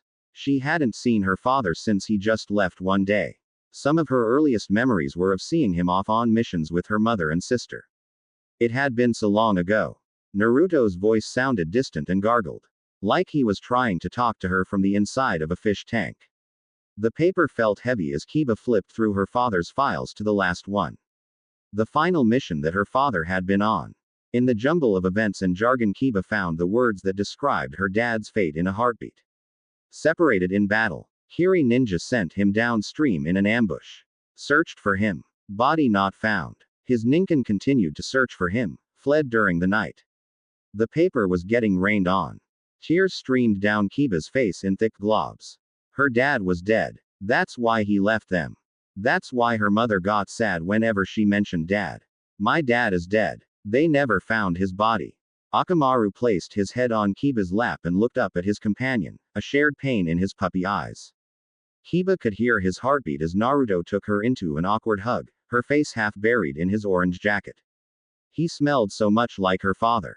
That lingering scent of sweat and earth that blended together to form a scent that was uniquely Naruto. He smelled like an alpha. Naruto couldn't help but try to read the file that had brought Kiba to her knees. A lot of it was technical terms he didn't quite understand. A mission near the capital, protecting a target, Kiri team as opposition. And then he read what Kiba read. His ninkin thought he was still alive. Kiba nodded into Naruto's jacket. Naruto took Kiba's shoulders in his arms and pushed her to arm's length. She attempted to hide her face by looking at the ground. Naruto ducked his head down and shook her shoulders roughly. Hey, Kiba looked at him with red eyes. Akamaru is a ninkin and he seems pretty smart. So if your dad's thought that he was still alive, then he must be alive. Akamaru barked in agreement. Kiba knew they were offering her a false hope. A false sense of happiness. The same denial she now saw in her mother's actions. It seemed so appealing. Kiba, I promise you I'll help you find your dad. The certainty in his voice shocked Kiba. It sent a tingle along her spine right behind her stomach. She liked that feeling. He's still out there, so you just have to believe it, got it? Don't give up yet. Kiba looked at Naruto in awe. She knew she shouldn't believe him. She knew that he was promising the impossible. Impossible seemed to be what Naruto specialized in. Okay, Naruto. Naruto smiled at her with a brightness in his eyes. Oh, so that's why Hinata liked him. 4x. Kiba insisted that they do the painting mission. It was their pride as shinobi that was on the line. She refused to have a mark on her record that she failed a D rank mission. That was a blemish that she could not live with. In order to make things go quickly, Naruto created far more clones than necessary.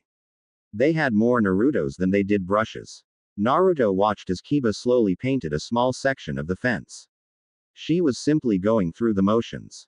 A passive, not quite frown was etched onto her face. At least she wasn't crying anymore.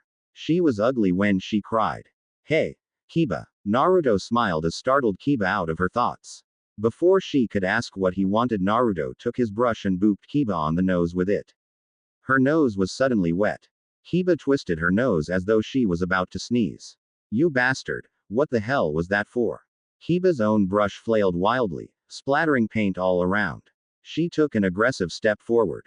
I knew it, Naruto said smugly, not backing down from Kiba's challenging glare. His jacket was often safe. He was ready to get dirty. Blue totally isn't your color. That was a girl thing, right? Kiba looked at Naruto like he was brain dead as she tried to process what he just said. What are you? So quit being so blue, Kiba. Kiba blushed at that. Naruto could have just said she was being a downer. He didn't need to do something so. Naruto. She took her brush and flung it at Naruto multiple times, pelting him with droplets of blue paint. You're right. It looks better on you. Naruto's retaliation came from behind. Two of the nearby clones began to use their brushes like whips to shoot large globs of paint at Kiba. Paint got in her hair. The hair that she had been taking care of ever since Naruto had complimented it. Sure, she didn't comb it today. But now it was blue. A few drops of paint managed to snake down her spine and caused Kiba to flinch. She glared at Naruto hard as he just smiled at her like the biggest idiot on the planet. So that's how you want to play, is it? Kiba asked with danger in her voice. In one motion she grabbed a paint can. Before Naruto could protest, Kiba began to spin violently, turning into a blue tornado as blue paint went flying everywhere. Not a single clone was spared and the fence was completely covered in an uneven coating. At least it was painted. Naruto smiled underneath his blue paint mask Kiba had given him. After shaking off as much paint as he could, Naruto finally opened his eyes. Kiba was a sight to behold. Her hair was now a wild twister of blue paint. Her own attack had covered her with just as much paint as everything else. With her hands on her hips, she looked at Naruto with a satisfied smile. Who's blue now? With his now blue shirt, Naruto looked up and down at Kiba's paint-covered form. She had done more to herself than he did. Naruto could only give Kiba a cheeky grin. Both of us. A thick blush crept onto Kiba's face that clashed with the blue paint that was splattered across her person. She really went too far. Their eyes met. They both looked completely ridiculous. Kiba was the first to start laughing. Naruto was quick to join her. The laughter came and went like the tide, growing in intensity whenever Kiba oinked, or when they managed to open their eyes and get a good look at one another. Akamaru walked stiffly towards Kiba, completely covered in blue paint. He let out a soft whine. Kiba's laughter came to a giggly stop. She had to be careful when she picked up Akamaru so as to not get any more paint on herself. With the last few giggles, Kiba examined Akamaru, who gave her a pitiful look. Sorry, buddy. Didn't mean for you to get caught in the crossfire. Looks like I'm going to have to give you a bath. Naruto couldn't help but frown at the situation. Tsunade's teasing had actually given Naruto the idea to ask Kiba out for ramen once they were finished with the missions. But now, because of the blue puppy, they were going to be parting ways. Unless, can I help? Kiba bit her lip. It would be bad if she took Naruto home, especially with both of them being covered in paint. Yeah, sure. And if her mother or sister were home, she would have to sneak him in through the back. Wait. Did she just agree to it without thinking it through? If the cheer of excitement Naruto let out was any indication, yes, she did. But it's not like I need your help or anything. 4x. Naruto was confused. Hey Kiba, Naruto asked, poking the girl in the arm to try and get her attention. Kiba had been staring at her home for a long time now. Just glaring at it. What? Kiba attempted to yell and whisper at the same time. She had almost jumped out of her skin when Naruto poked her. She was expecting it to be her mother or sister. Maybe even one of the Ninken or other members of her clan. Naruto looked around, examining the brush that they were hiding in. Why are we hiding in a bush? Yes, Kiba. Why are you hiding in the bush? Both young teens jumped at the deep growl of a voice that echoed from behind them. Their heads snapped to see who had found them. A large wolf-like dog sat calmly behind them. An eye patch covered his right eye and his coat was black on top with a white bottom. And why is the pup blue? Naruto let out a shocked gasp and pointed at the dog like it was some kind of ghost. It can talk. Oh hey, Kuromaru, is mom or sis in? Kiba asked. If she acted like she didn't do anything wrong then she wasn't doing anything wrong. Naruto got paint on him and I didn't want mom to find out. Naruto looked like he had just been thrown to the wolves. Kuromaru gave the two a quick sniff. I see. So that's how it is. The great wolf stood up slowly and turned away with a patient ease. Your mother went shopping. Hana is still at the clinic so you have reign of the den for now. Kiba gave her mother's companion a deep bow and grabbed Naruto's hand quickly before Kuromaru changed his mind. If Kuromaru didn't say anything it meant that he was okay with it. Probably. It turned out that Kiba did need Naruto's help washing Akamaru. As smart and as calm as Akamaru was, there was a deep fear of taking a bath that Akamaru unfortunately inherited. Bathing Akamaru was also a loud process as the pup switched from whining about getting wet to barking and attacking the water. Naruto was hanging into the tub holding onto the dog firmly. Kiba was doing her best to get all of the water onto Akamaru and not onto Naruto. Something that was funny at first had since lost its humor. Hey, it's okay Akamaru, it's just water. Naruto said cheerfully. His own slightly blue hair was damped from splash damage. See, I'm wet and it doesn't hurt any. Akamaru acknowledged the blonde by attempting to bite out of his bonds. It wasn't a hard bite and it stopped as soon as Akamaru touched the flesh. It was just a nip. Kiba smiled at how well Naruto and her best friend got along. Anybody else would likely be bleeding and needing stitches in their hand. The two applied a generous amount of shampoo to Akamaru. You're almost done, buddy. Just a little bit longer. Ye just got to bubble you up. Naruto began to happily rub the shampoo while maintaining a firm grip on Akamaru.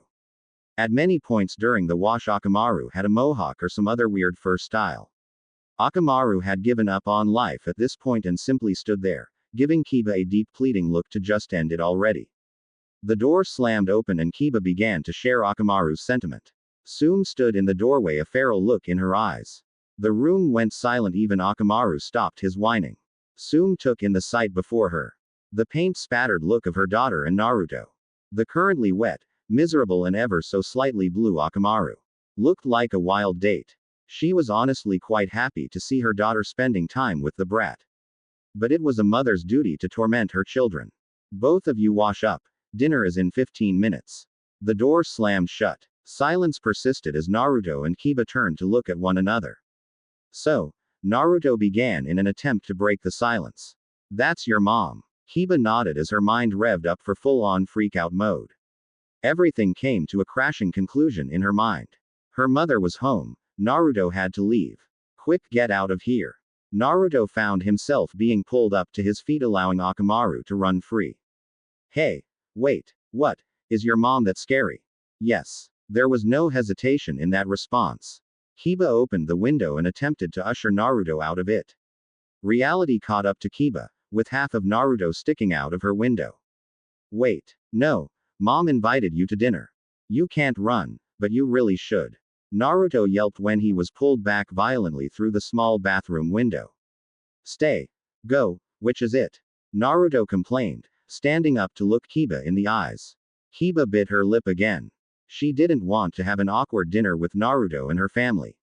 That wasn't something that should happen until he was her boyfriend. Not that she ever wanted him to be her boyfriend. But she also didn't want him to leave yet. Only because if he left now her mother would be furious and hunt Naruto down and force him to eat dinner. Or worse. Kiba sat down on the side of the tub and let her head sink. I don't know. Not for the first time Naruto wondered if it was a good time to touch Kiba. Even when he hugged her earlier he wasn't certain if he should have done that. It was weird touching a girl. She jumped when he placed his hand on her shoulder. Do you want me to leave? Kiba's head snapped at Naruto and a deep frown appeared on her face. No. She saw Naruto's smile grow wide. But not because I want you to stay. I'm just not the boss of you, so you should do what you want. Then I'm staying for dinner. Akamaru chose that moment to walk in front of the two teens. Naruto and Kiba swore that they saw Akamaru give them a smug smile. Then the dog began to dry himself in a very dog-like fashion. There was a poignant sense of awkwardness that lingered like a burnt home-cooked meal. With a grin that was nearly ear to ear, Hana sat on her side of the table. Try as she might, she couldn't be mad at her little sister for being the first one to bring home a guy to have dinner with them. Not when her darling little sister looked like a strawberry with blue seeds. And Kiba's little friend squirmed whenever anybody looked at him. So, both of the young genin jumped at Hana's voice. She feasted on the awkwardness the two were feeling, like a dog would on the marrow of a bone. Why so blue? Hana gave herself a mental pat on the back for the cleverness. The redness of Kiba's face hadn't gone down since she first sat down next to Naruto on their family's small table. She wrinkled her nose at Hana for the lame joke, as though the smell offended her before pointing at Naruto. He said that earlier. It's not her color. Naruto mumbled, his eyes flickered to Hana's and then Kiba's before he continued to stare at the interesting plain tablecloth. A loud snort came from the kitchen. Soom had heard them apparently. Hana huffed and ignored the rising sense of shame that came from her own lame joke. So why are both of you painted? Kiba smiled at the thought and was about to answer. Someone grabbed the rice. Soom yelled from the kitchen. Naruto shot up like a rocket, nearly knocking over the chair he was sitting on. Ayame's lessons included helping people in the kitchen if they asked it. I got it. Naruto and Soom passed each other. Soom carried with her a large pot that was giving off a lot of steam. On the counter. Pup. Soom gestured to the large pot with her chin. Soom all but slammed the pot down on the small table, a proud look on her face. In her professional opinion as a mother and housewife, her children and Naruto were in for a treat tonight. In one dramatic motion, Soom made a show of revealing the night's meal. An explosion of steam filled the area, followed quickly the thick meat aroma. Inside the pot, simmering lightly in its still bubbling juices, was a hearty beef stew. The hot scent of ginger blended perfectly with the rich beefy aroma that clashed in battle for fragrant dominance. Where the beef was strong and powerful, the ginger was subtle and fine. All three Inuzuka inhaled deeply, allowing their enhanced sense of smell to take in the mouth-watering scent. And then Naruto ruined it. He came in like a hurricane. He was clutching the hot pot of rice on the bottom like an idiot as he made a mad rush for the table. Hotatatata. Naruto fired off in rapid yelps. Before Soom could snarl at the boy for not using the oven mitts that sat on top of the pot he just carried in, before Hana could so much as smile, Kiba acted. Both of her hands slammed down onto the table.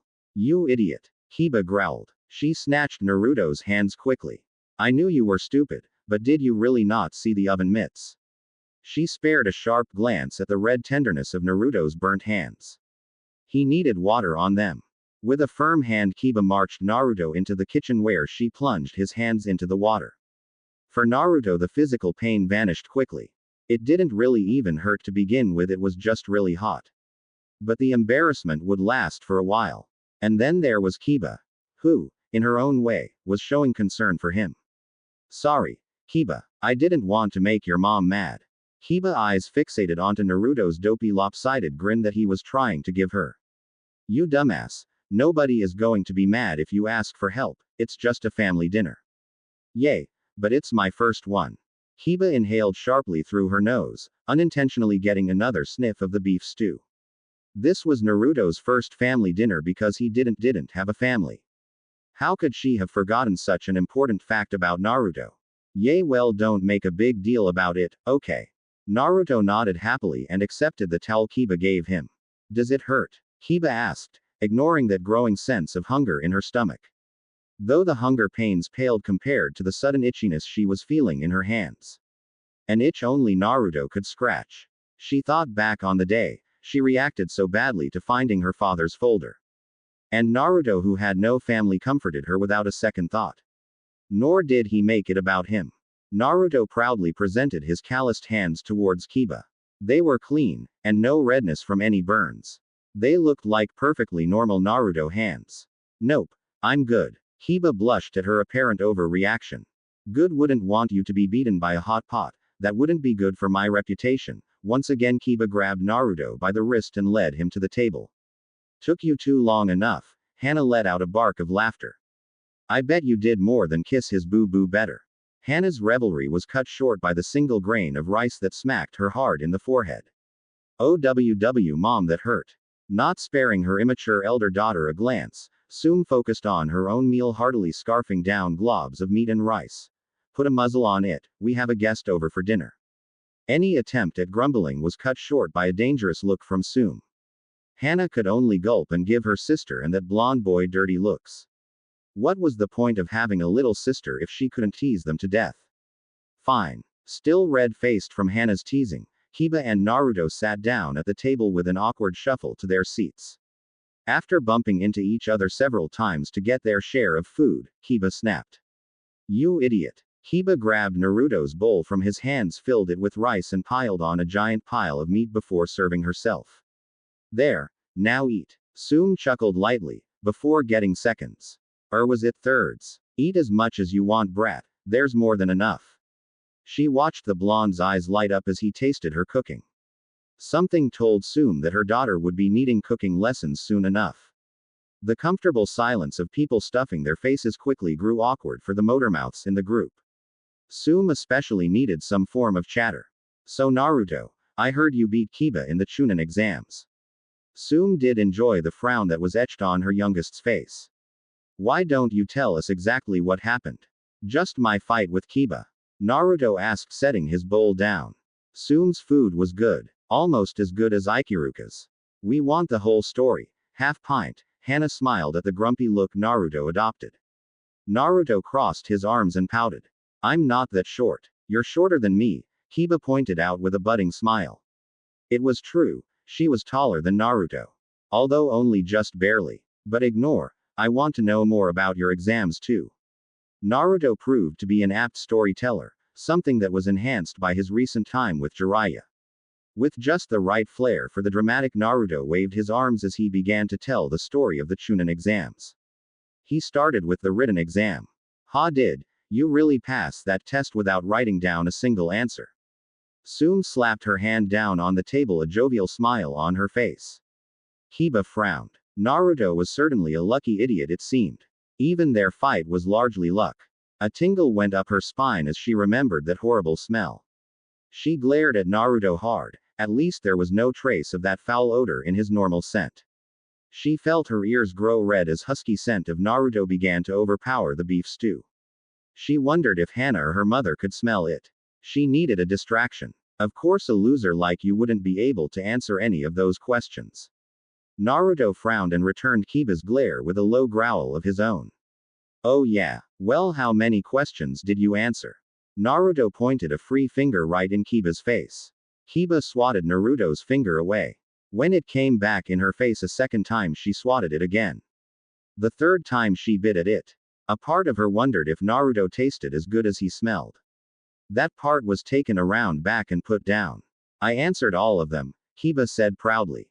She got them all wrong. Soom spoke like a wolf that waited for its back to join in. Before Kiba could protest, Hana spoke. That's not all. You were 1 mark away from getting tossed out for cheating. Hana joined her mother as they circled around Kiba. Then they leapt for the kill. Did you not notice the two of us in the examination room? The reality of her failure became apparent as each word was a blow to Kiba's ego. The weight of it all forced her head down and caused her shoulders to slump due to the depression she found herself in. Desperation to get some kind of coolness factor filled Kiba. Well, my team was the second one to the tower. Hana snorted. That's because you had Shino on your team who set up a trap before the bell rang. Technically not cheating, but you didn't really help with that, now did you? Naruto let out a fake scream. Aw man. I wish I would have known we could do that. I would have totally sent in some shadow clones to set up a bunch of traps. What did happen to your team during the forest? You guys looked roughed up. Kiba's curiosity only grew as Naruto shivered. Naruto began slowly as he retold the days in the forest. They shrieked in horror when he told them about his time in the snake's stomach. They cheered when he told them how he busted out of it. Their bowls slowly began to rest on the table as they began to eat up Naruto's story. When Kiba heard what Naruto said to Sasuke, she couldn't help but cheer. Hell yay. But the temperament was immediately hushed when Naruto began to tell of his brief encounter with that snake bastard. As he held me by my throat, he did something with his hand and this weird purple flames appeared on his fingers and he slammed it into my stomach. I passed out after that. And when I woke up, I couldn't really feel my chakra, Naruto explained, trying to mimic the fight scene by struggling against his own grip. Tsume's frown deepened. She had been one of the trackers to try and find Orochimaru after that incident. But that technique sounded familiar. Sounds like the Five Elements seal. Kiba let out a breath she didn't know she was holding. What's that? Tsume's smile at the fond memories quickly soured. It was a technique a friend of mine invented. It forms a tight seal around one of chakra gates. It sends people's chakra control down the drain. Tsume paused, hoping none of them were going to ask who that friend was. Truth be told, she wasn't really paying attention during the super secret Naruto meeting. Did you ever get it removed? Naruto nodded happily. Yeah, the pervy sage removed it for me when I was training with him. Who was your friend? That was the question Tsume wanted to avoid. Surely as long as she didn't scream out that it was his mother, everything would be okay. Her name was Kushina, and she passed away years ago. The gears in Kiba's head began to turn. Wait a minute. She slammed her hands down on the table, causing the empty bowls to rumble. Do you mean to tell me that you beat me with a seal on you that makes it hard for you to do jutsu? She got right up in Naruto's face, daring him to say that the only reason why she did so well against him was because of some stupid seal. That she needed a handicap just to stand on the same level with him. Naruto maintained eye contact with Kiba for as long as he could before he finally wilted under her fiery gaze. What? No. Naruto stammered, trying to figure out what to say to get Kiba to stop trying to set him on fire with her eyes. She was scarier than Sakura when mad. What did Jiraiya say? When a woman is mad, give them a compliment. You're really pretty when you're mad. It wasn't even a lie. Kiba's face ignited like a firework, instantly blooming into a rich crimson blush. She once again found herself flustered over something stupid Naruto was saying. He thought she was pretty. When she was mad. Why was she mad again? Something about Naruto. Was she mad at Naruto? Yes. The burning red on her face melted away into pure raw anger. Naruto was trying to weasel out of it by telling her she was pretty. You idiot. Kiba yelled out as she harshly met Naruto's stupid smile. That stupid everything is going to be okay smile that he seemed to give everybody. The smile changed when she called him an idiot. That stupid idiotic smile changed into something she had never seen before. It was still a smile. It was still stupid. But it was only for her. That stupid idiot had a smile that was only for her. Suck it, Sakura. Wait, what? Tsume watched as her daughter went through wave after wave of emotions. It was so much like her and Taro. No matter how hot-headed she got, no matter how stubborn and idiotic she was being, he would simply give her a smile and a few words and everything would seem better. And it appeared that Naruto had her daughter down to a T. After a few moments of sputtering and twisting emotion, Kiba wordlessly sat down. She maintained a stubborn scowl out of principle. Something that was immediately directed at Hana the second the older sister opened her mouth. Kiba's scowl was that of an angry puppy that promised poop in her shoes. Hana met the scowl with a challenging glare. Oh, if her sister wanted to play that game, Hana could too. With the snap of her eyebrows, Hana looked right at Naruto, with her elbow on the table and her hand cupping her chin. Hana entered one of her perfected poses. Why don't you tell us about your fight with Kiba, Naruto? Naruto looked at Hana, then at Kiba, then at Hana, then at Kiba, then at Tsume, then at Kiba. Go ahead, Kiba said through her teeth. She knew what her sister was doing. Trying to make her look bad. She hated the way Hana was trying to not only belittle her in front of Naruto, but also flirt with him at the same time. Tell them how you beat me, Naruto. I choose life, Naruto said flatly. Whatever was happening between Kiba and her sister was something Naruto wanted no place in. And you and Akamaru were tough. Naruto finally noticed a lack of actual canine. Wait, where is Akamaru? The dogs eat with the pack on Saturday night. Tsume scrapped the bottom of the stew, getting a few scraps of congealed meat stew. It's a bonding thing. She waved her hand around in a circle like it would help explain everything. Naruto could only let out an, oh, at that. Tsume spared her daughters a glance. They were glaring at each other, Kiba with a red-faced glare of pure anger and frustration directed at Hana. And Hana returned the glare with just as much venom.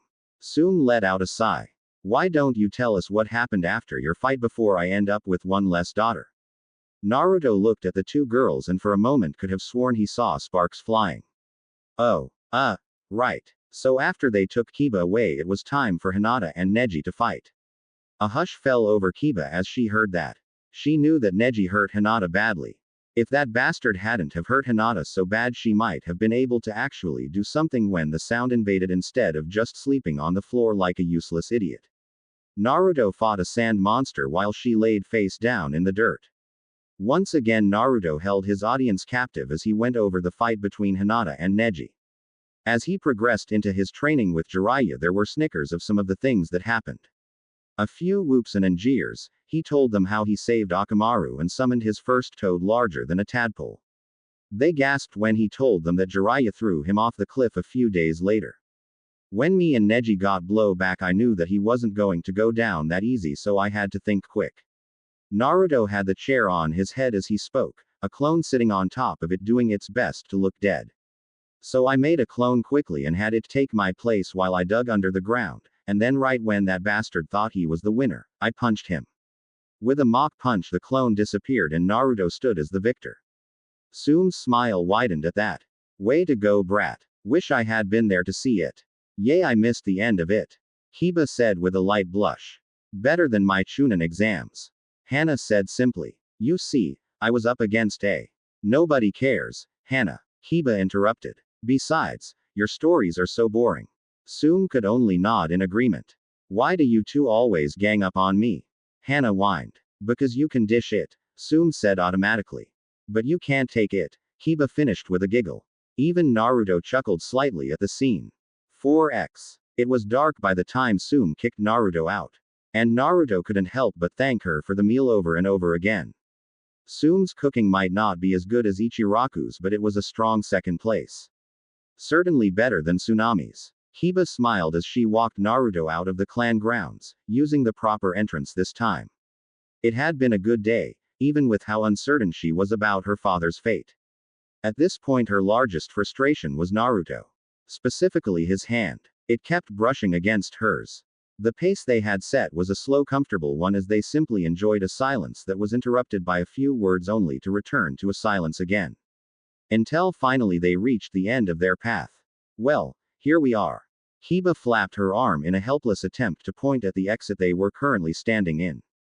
Naruto could only scratch his head. Yeah, he had had a great time today. Doing missions with Kiba was a lot better than doing them with Kakashi and Sasuke. And today proved to be a good way to get his mind over what happened at the hospital with Sasuke. But mostly he was just happy to spend time with Kiba. Kiba bit her lip, not certain what she should say at the moment. On the one hand, she wanted to hang out with Naruto more, but it was already so late. Maybe she should skip out on doing dishes and go on a nighttime adventure with Naruto. A chill went up her spine. No, skipping dishes would be a quick way to a shallow grave. Well, good night. Kiba gave Naruto her best smile. Naruto watched as Kiba turned to leave. He needed to say something.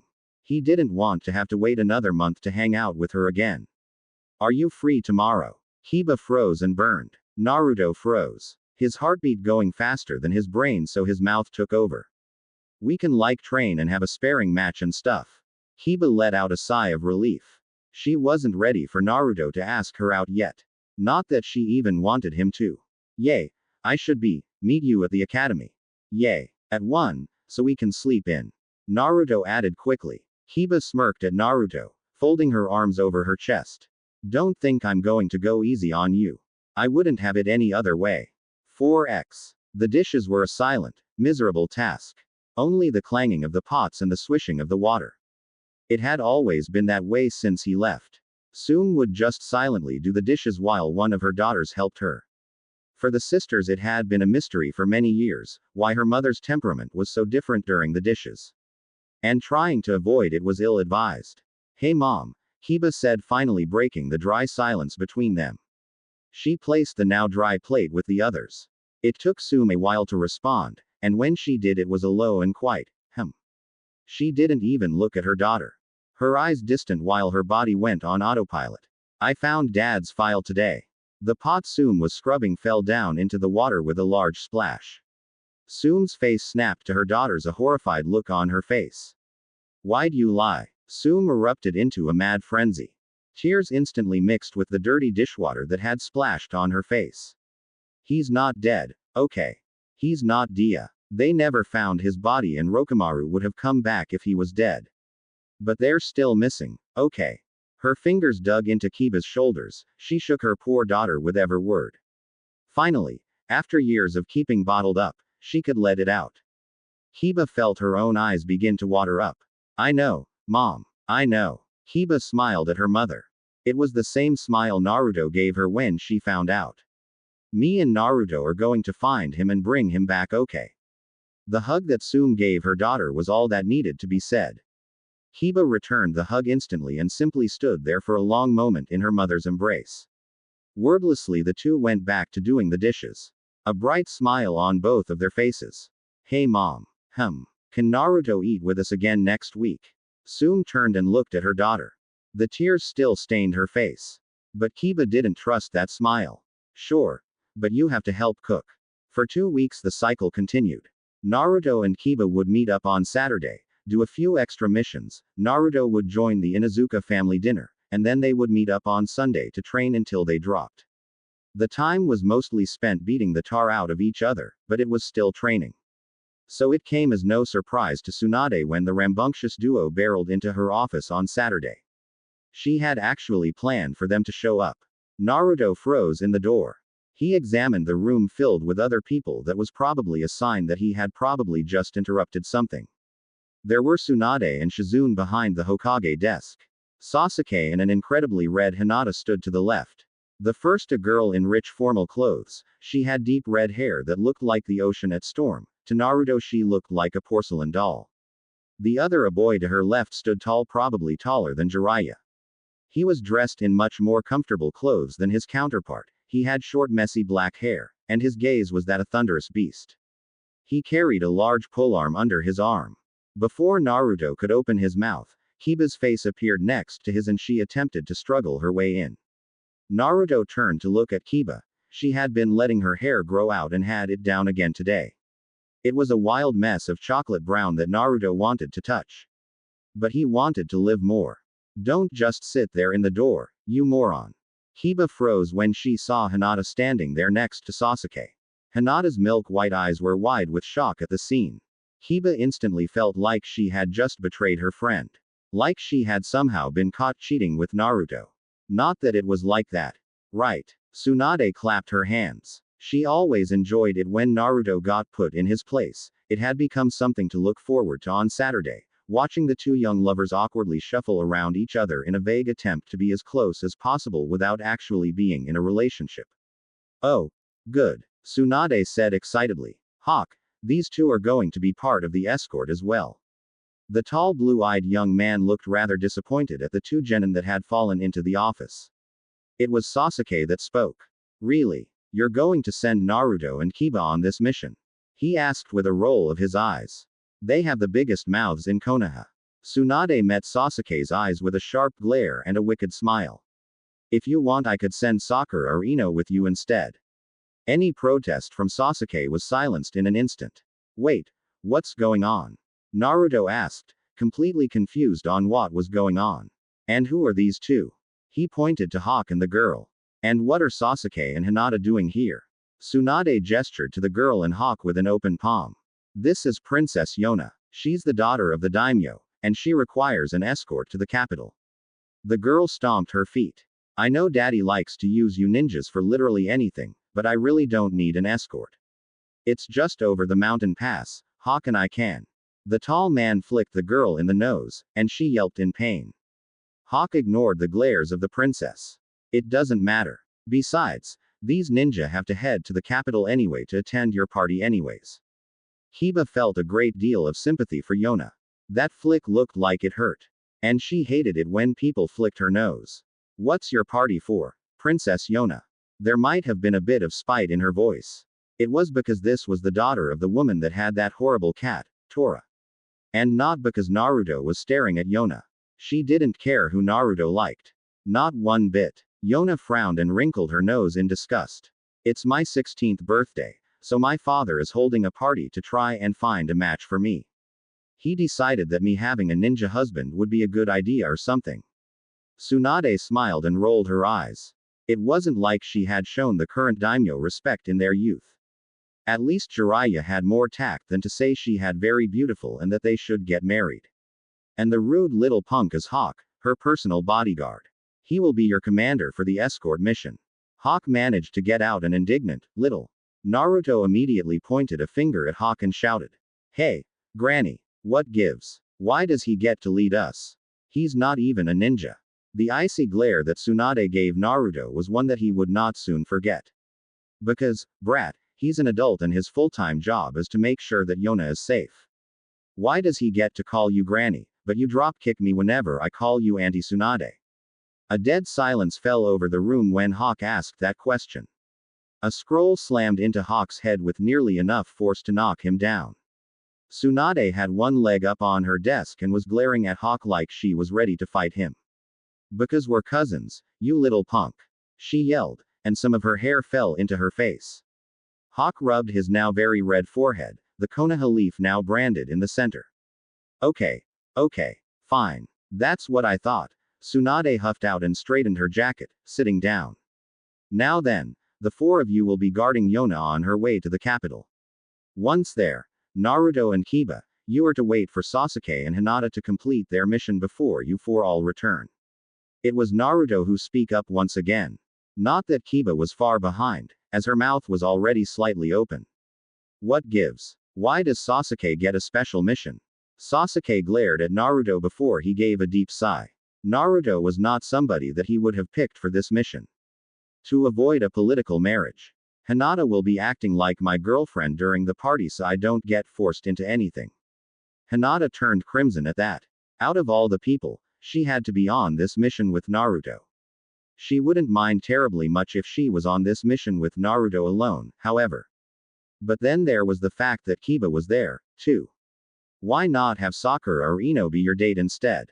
Kiba asked. If one of those girls were Sasuke's fake girlfriend, then they'd actually act like a girlfriend, and if it was Sakura and she actually ended up as Sasuke's girlfriend, then that would be less competition for Naruto's affection. Not for Kiba. For Hinata. There was just no way that Kiba would ever see Naruto as anything more than a friend after all. Sasuke visibly shivered at that question. Could you imagine one of them acting like my girlfriend? I honestly wouldn't put it past them to use it as blackmail to stay as my girlfriend. The three other genin could only nod in agreement. But Naruto still folded his arms in frustration. Still, though, you sure you're okay with this, Hinata? Hinata let out a small squeak when Naruto addressed her directly. She began to fiddle with her fingers directly in front of her chest. Well, when Sasuke asked me to. I could see why he, asked me. Kiba crossed her arms and huffed. Well, why not me? If it was a mission, I'd do it. There was a clear silence in the room. Kiba blinked. Wait, is there something wrong with me? When she received no immediate response, she stomped over to Sasuke and glared at him hard. You don't think I'd be a good girlfriend? She let out a deep growl. She might not want to be anybody's girlfriend. She might not like all that girly stuff. But she sure as hell could do that stuff. Sasuke met Kiba's glare and did not flinch. Kiba, you are not somebody I would bring to a royal party. Alright, enough chatting. South Gate, 20 minutes ago, get out of my office. Tsunade command was absolute as even Hawk jumped at the authority. I got other ninja that need missions. Naruto gave Kiba a pat on the back as they made their way out of the room. Hey, don't sweat it. You're just too wild for a fancy party. And I prefer wild. To Kiba, being called wild was like music to her ears. And she desperately hoped Hinata was tone deaf at that moment. 4x. It came to no surprise to Sasuke that Naruto was instantly able to start a conversation with both Hawk and Princess Yona. And he was quite happy with how Kiba was happily talking to Hinata. Which left him alone to think, and actually do their job of making certain that the princess arrived at the capital alive. It also left him with the ability to muse that Kiba was a girl. Who knew? But what on earth was that growling noise he heard every so often? It wasn't Akamaru. The dog continued to shift positions between sleep on Kiba, walking, being carried by Naruto, and walking again. And if it was an animal, it would have stopped once they were past it. Animals don't growl when they stalked someone. Sasuke watched while Naruto told of their fight with Gaara. Hawk looked impressed while Yona continued to clap her hands in excitement. While it wasn't Naruto's only story, it was the one he felt less awkward about. Sasuke wondered if he should spoil Naruto's fun. It would be so easy to mention the cat Tora. You know Naruto, you'd make a fine man someday, Yona said offhandedly. If you want, you could come to the capital and help me rule one day. The entire group froze. That almost sounded like a marriage proposal. Naruto was completely unfazed by this. No, I need to stay in Konoha. I'm going to be Hokage, after all. Hawk nearly tripped. For years, Yona had said romantic things like that. She didn't mean them to be romantic. Hawk was fairly certain that the woman didn't have a single romantic bone in her body. Maybe you should marry him, he said with a smile. He seems to be the only one as romantically oblivious as you. Sasuke looked around. There was that growl again. He managed to locate its source this time, however, and surprisingly enough, it was Kiba. With a glare that could frighten death, Kiba growled at Naruto and Yona. Hinata with a face flushed in shock was wisely taking steps away from Kiba. Kiba, you're growling. The growl and the glare came to a hard stop. Kiba shook her head as though she had just come out of a daze.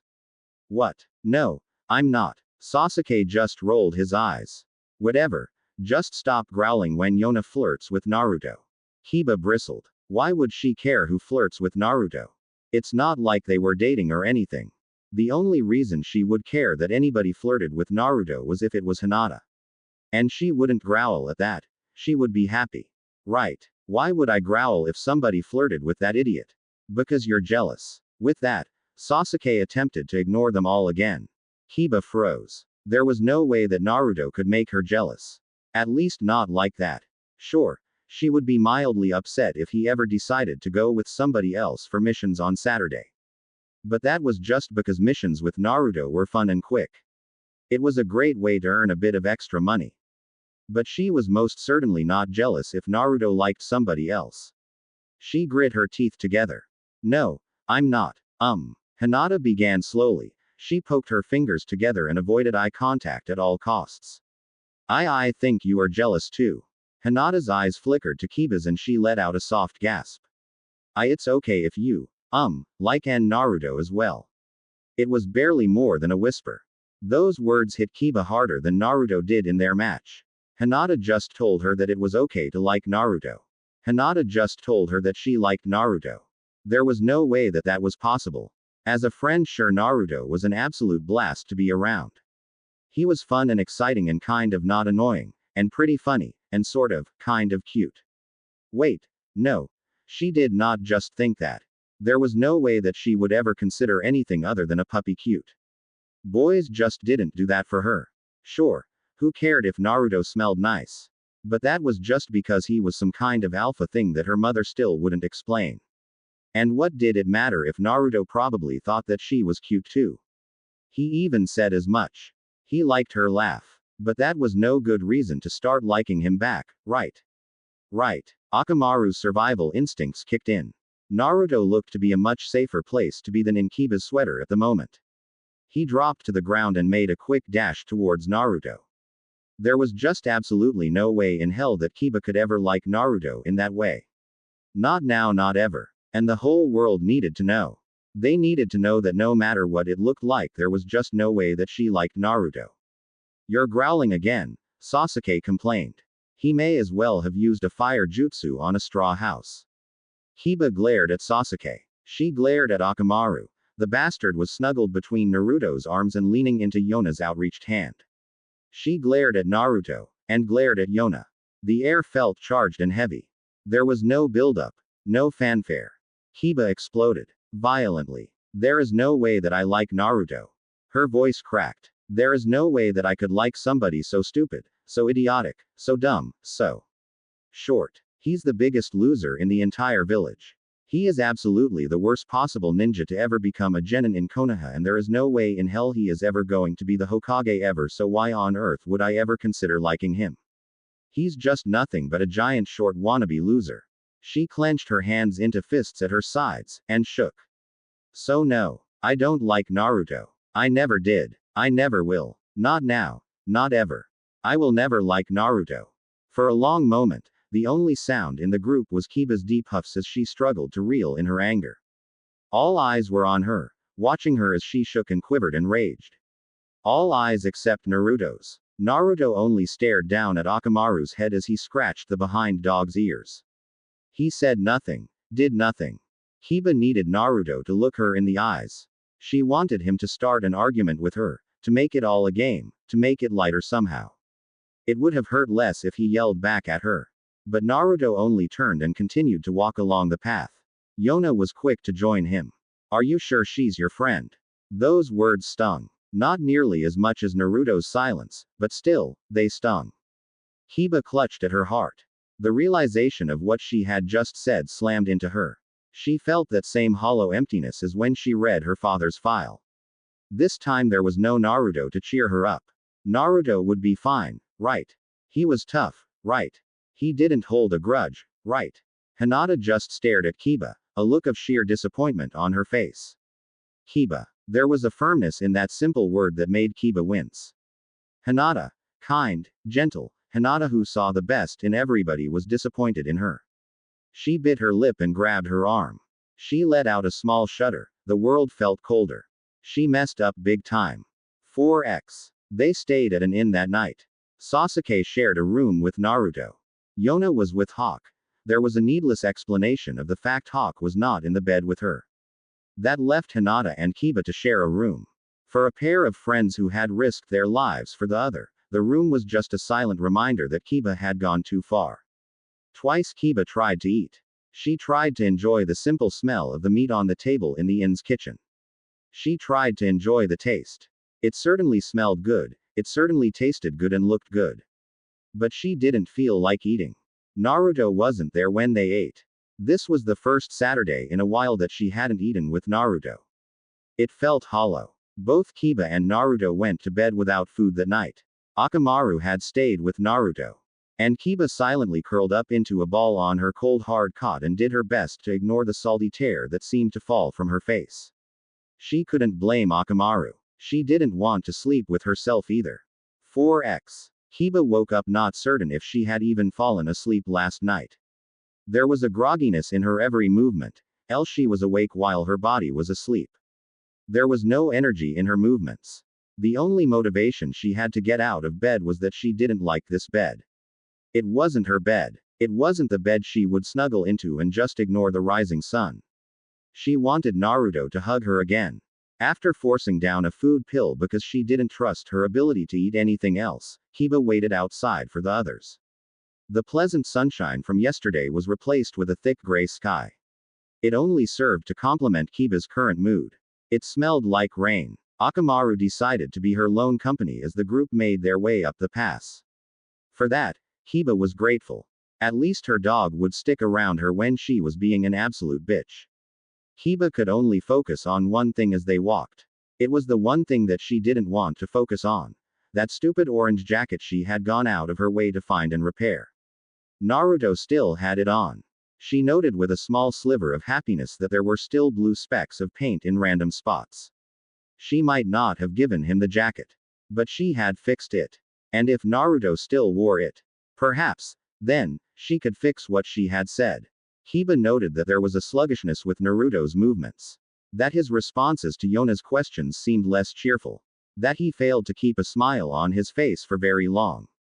She had been put in a place where she could read Naruto's mood so easily. Naruto had trusted her, and she failed at that horribly. It was all Yona's fault. If that stupid princess hadn't come to Konoha, if she didn't need an escort, if she didn't keep flirting with Naruto, then Kiba wouldn't have said those things. It was all that stupid girl's fault. If only they were still back in Konoha.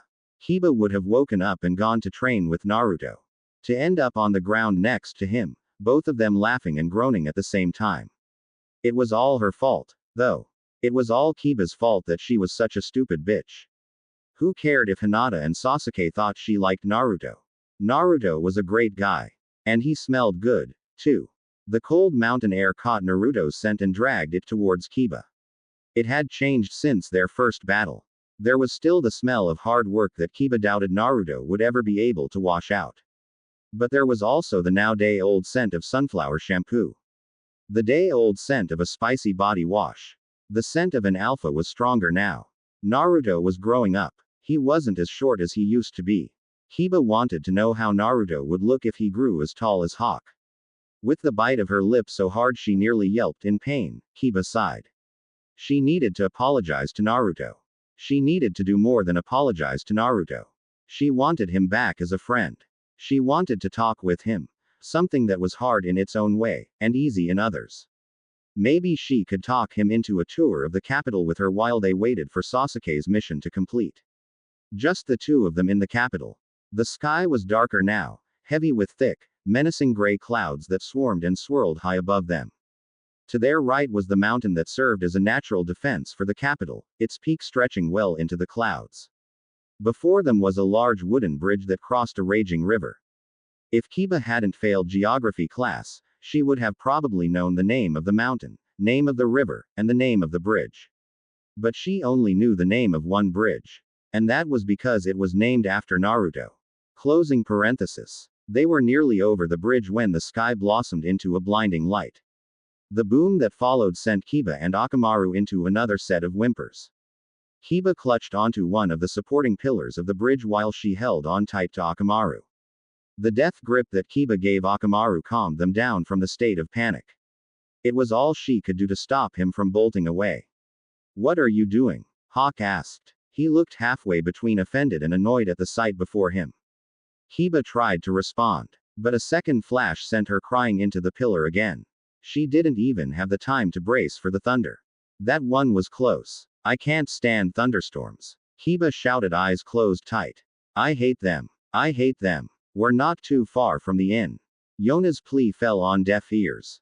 We need to hurry before it starts raining. Kiba continued to hold on to the pillar. Out of everything in the world, thunderstorms were the only thing that truly terrified her. For a long moment, there was no thunder. She let go of her safety pole and stood on her feet. Her face was flushed with fright. Let's hurry. Okay. Akamaru barked in agreement. They made it over the bridge before another lightning strike flashed through the sky. Kiba's screams of terror were immediately drowned out by how quick the thunder rolled. The lightning bolt had struck the side of the mountain and sent rocks flying with explosive force. Kiba covered her ears with her hands and hunkered down around Akamaru. She had her eyes closed. She felt the ground shake as her heartbeat quickened.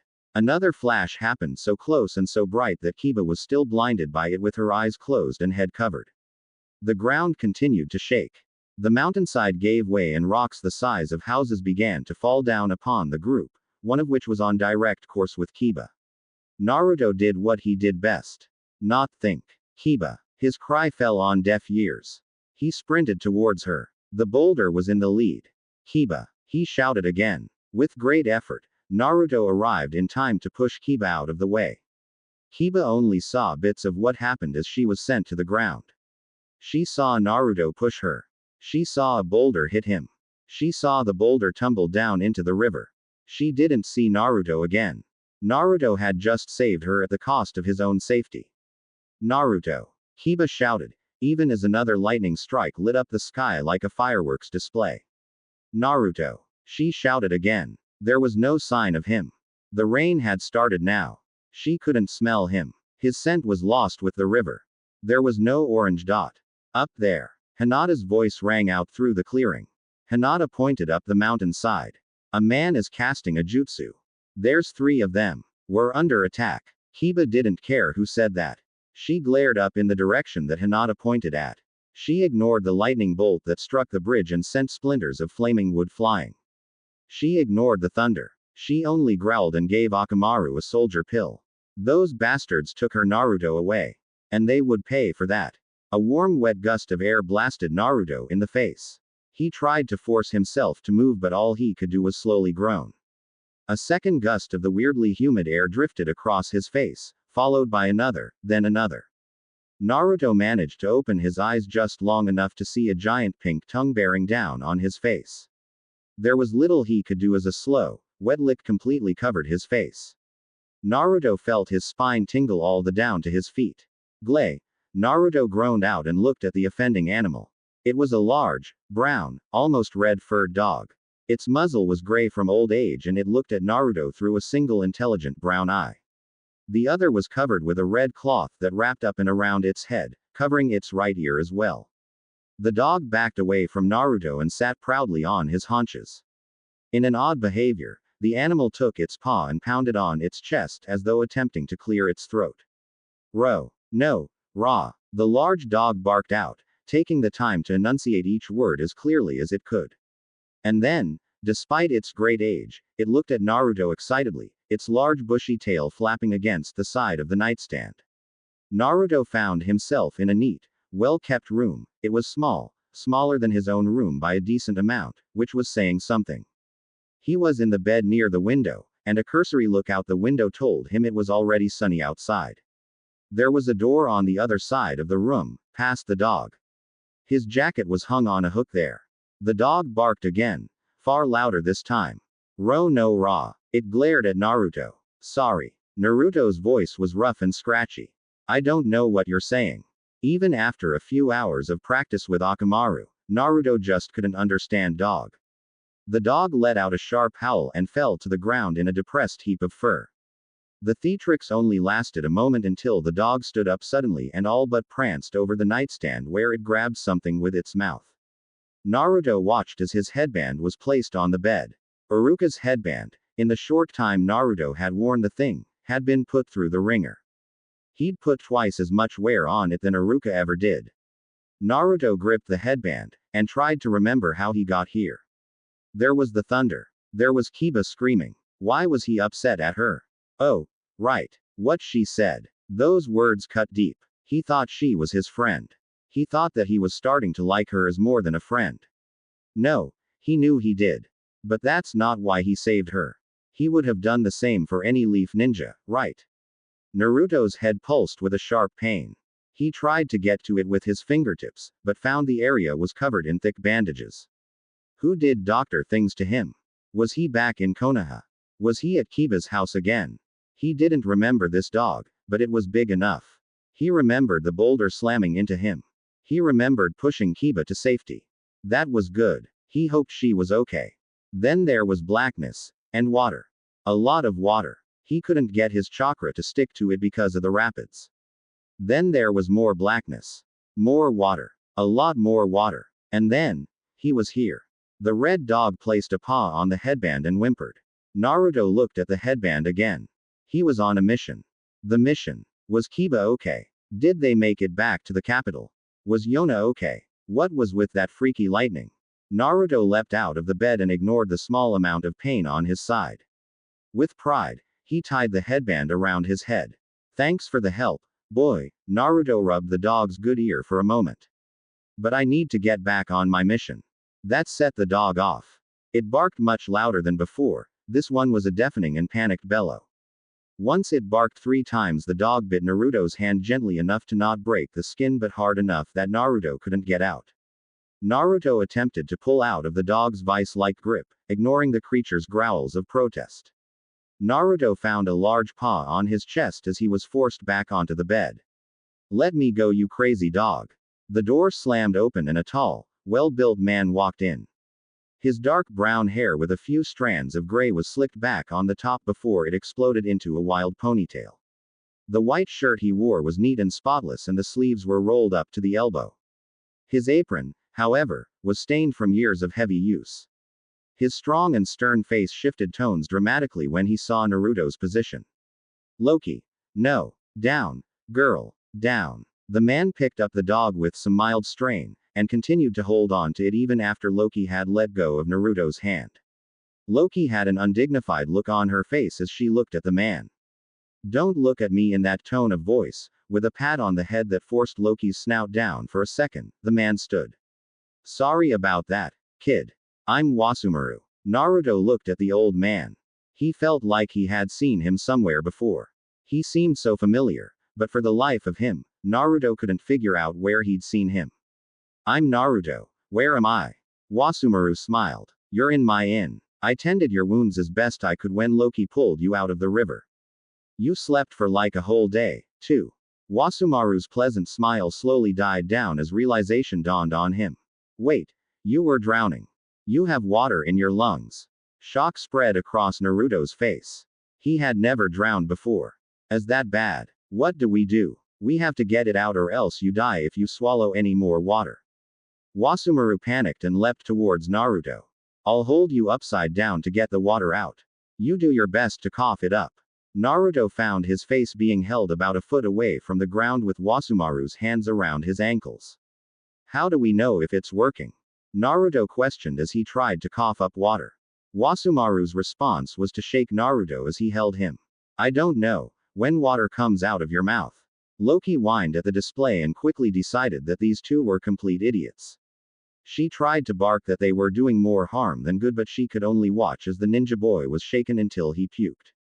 Which, thankfully, was a clear bile that the two assumed was water from Naruto's lungs. Rum-Raz. Naruto stood, the bitter taste of his own bile still in his mouth burning slightly. And his stomach was empty to the point where it hurt. Perhaps he should have tried harder to eat the night Kiba yelled at him. Thanks, old man, how long have I been here anyways? Wasumaru's face twisted into a sour pout that made him appear like a child who had just been told to eat his vegetables. I'm not that old. He paused for a moment before his face adorned an embarrassed look. At least I don't think I am. You've been here for about a day. Loki found you in the river early yesterday morning. You're lucky. She has a tendency to pull random people out of the river. But hey, you have your memories right. Naruto froze. He had been out of it for a whole day and then some. What happened to the others? Were they okay? That storm was really bad and freaky. He hoped everybody made it to the capital okay. I need to find my team. Which way is the capital? Whoa now. I think you should rest a little bit before you head off. Most people would jump for a free stay at my inn. Wasumaru placed a firm hand on Naruto's shoulder. But I have to go find them. They might be in danger, and I don't want to fail my mission. Naruto's protests ended in a long hungry grumble from his stomach. Wasumaru ran his hand through his hair and let out a deep sigh. The kid had guts and stubbornness problems. Look, I'll tell you what, I'll tell you how to get to the capital if you let me feed you. Naruto's instincts told him to not refuse a free meal. And his stomach grumbled again at the mention of food. His head felt light and his limbs felt heavy. It was not an unfamiliar feeling to Naruto. He'd been hungry before and he hated it. Fine, but make it quick please. With a smile, Wasumaru spun on his heels to head out the door. Excellent, I'll see you downstairs. You're lucky you get to have my beef stew fresh. He paused at the door and turned towards Loki. And you Missy, leave Naruto alone, out with ya. Ro rel rem ra ro. Loki barked out, and took several prideful steps out of the room in anger. And sorry about Loki. She's smarter than any other dog I've met, but she can be a bit temperamental. He waited for Loki to be mostly out of earshot before he said that, of course. Naruto could only laugh. He'd spent a lot of time around really smart dogs. Kuromaru alone was probably smarter than he was. The dog had offered to give him and Kiba history lessons last week. That's nothing. You should see some of the dogs in Konoha. Kuromaru knows more about history than I do. And he can talk. Really? Wasumaru asked excitedly. You mean you ninjas have dogs that can talk? Naruto nodded happily. So far it was only Kuromaru that could speak so that everybody understood them. But the Inuzuka all swore that they could understand their dogs just fine. Naruto had a shaky understanding of what Akamaru said. Might have to visit Konoha to see what that crazy dog of mine is actually saying, Wasumaru said as the door clicked behind him. 4x. When Naruto arrived downstairs, he was greeted by a pleasant yet familiar smell. Maybe it was just the smell of beef stew, but Wasumaru's smelled nearly identical to Sume's beef stew. It was just missing something. It still made his stomach gurgle with excitement. The downstairs was a pleasant open room filled with many low tables and booths. The highest seats were at the bar, which separated Wasumaru from the rest of the area. Overall, the area felt open and homey. Wasumaru either didn't notice Naruto come down or was too preoccupied with the stew to care. He had a small bowl in his hands that dripped with broth. Still missing something. Wow, Naruto said as he sat down at the bar. It only smelled slightly of alcohol. That smells great. Startled by Naruto's loud and brash voice, Wasumaru nearly dropped the bowl back into the stew. Thanks, kid. I've been trying to get it to taste just right for about 8 years now, but I still can't seem to get it right. Naruto snorted. You've been working on it for 8 years. It sounded like he should have been able to make the best stew ever. Yay, Wasumaru admitted. It's kind of the only thing I remember after Loki pulled me. The taste, that is. I think it was the last thing I ate before I lost my memories. Naruto frowned and took a seat at the counter. You lost all of your memories. Wasumaru nodded and set a large bowl of stew in front of Naruto. Yeah, it was Loki that pulled me out of the river like she did you. I tried to find out if she belonged to anybody in the village, but none of them had ever seen her before. I kind of thought that if I could get this stew just right, I'd be able to get my memory back. Somehow, it kind of evolved into me having this in. And Loki has been with me the entire time. Wasumaru gave a heavy sigh before he broke out into a large smile. But enough about me. Tell me about yourself, Naruto. Naruto smiled before he took a bite of the stew. Well, my name's Naruto Uzumaki, and I'm going to be Hokage one day. Wasumaru laughed and grew a mischievous smile. Well, Mr. Hokage to be. Do you have a girlfriend back home? Naruto's face went red and the first bite of stew entered his mouth. It tasted almost like Sume's stew. He was reminded of Kiba, and he felt her words once again. He had planned to ask her out for real after they completed missions again, or after their Sunday training. He really liked her and he felt like she kind of maybe liked him. But what she had said. Hey, don't look so down. Wasumaru snapped his fingers in front of Naruto's face. You have the look of girl problems, tell me about them. Naruto took another bite of the stew and sighed. So there's this girl I like. Everything was going awesome with her. We went on missions on Saturday, and then I'd go eat dinner with her family and we'd train together on Sunday. It was really fun. I wanted to ask her out soon. Naruto trailed off. Kiba's words echoed in his mind once more. I'm sensing a. But. There, Naruto, Wasumaru said with a small smile on his face. What happened? Naruto poked at the stew twice before he took a bite and began again. Everything was fine, but during this mission, she shouted to her friend about how she doesn't like me and could never like me. Kiba could call him an idiot all she liked, but it had actually hurt that time. Wasumaru hummed at that. Listen, kid, does she act differently when you two are alone? Naruto furrowed his brow in frustration. He was pretty much only alone with Kiba and Akamaru, except when they all ate dinner. Kiba was still Kiba even when her family was there. The only time they were with somebody else was during this mission. Naruto could only shrug. I don't know. I guess. Wasumaru smiled. Look, next time you see her, get her alone and talk to her about it. I bet you she'll apologize real quick, probably before you even say anything. The idea was a pleasant one. The thought that Kiba didn't actually mean what she had said was kind of bittersweet to Naruto. Okay, I'll talk to when I see her again. Atta boy. Now eat up. I need to kick you out before the regulars question why there's a minor sitting at the bar. Wasumaru ruffled Naruto's hair in much the same way he would a dog's. Naruto could only grunt at the gesture, but it felt kind of nice. He finished the stew quickly. He needed to get to the capital quickly to try and find his teammates.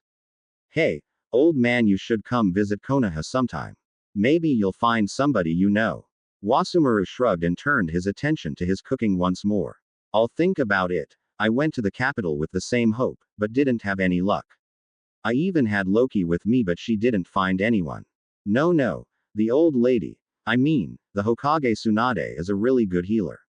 I bet if you come to Konoha, I can get her to restore your memories, Naruto tried to explain as he finished up his meal. Wasumaru sighed again. It's been 8 years. What if I'm a different person now? What if my family doesn't want me anymore? That got Naruto's blood boiling. If his parents were to suddenly show up to his door and say that they just regained their memories, it would be one of the happiest days of his life. He had spent years dreaming about who his parents were, and why they weren't with him. He didn't want to think that it wasn't because they didn't love him. No. Family loves each other no matter what. I know that they probably still miss you even if you don't know who they are. Wasumaru could only give a small sad laugh to Naruto.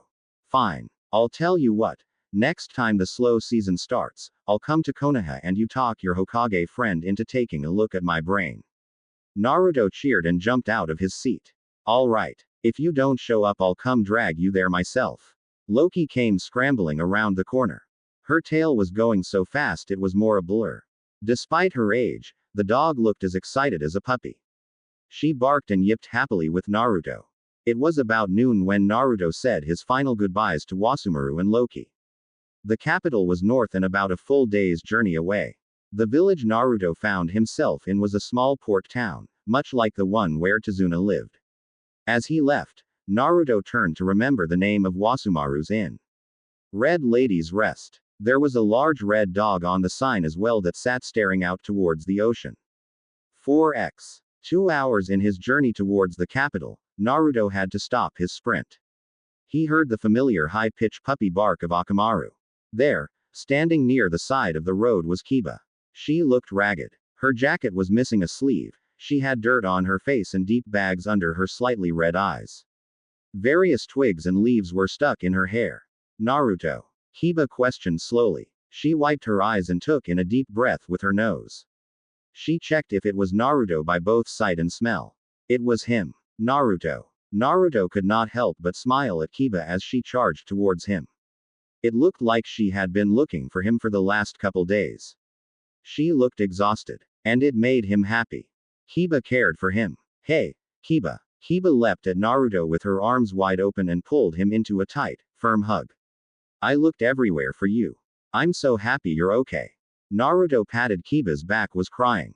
Of course I'm okay. I'm Naruto Uzumaki. I can't die until I become Hokage. That earned him a small sobbing chuckle from Kiba.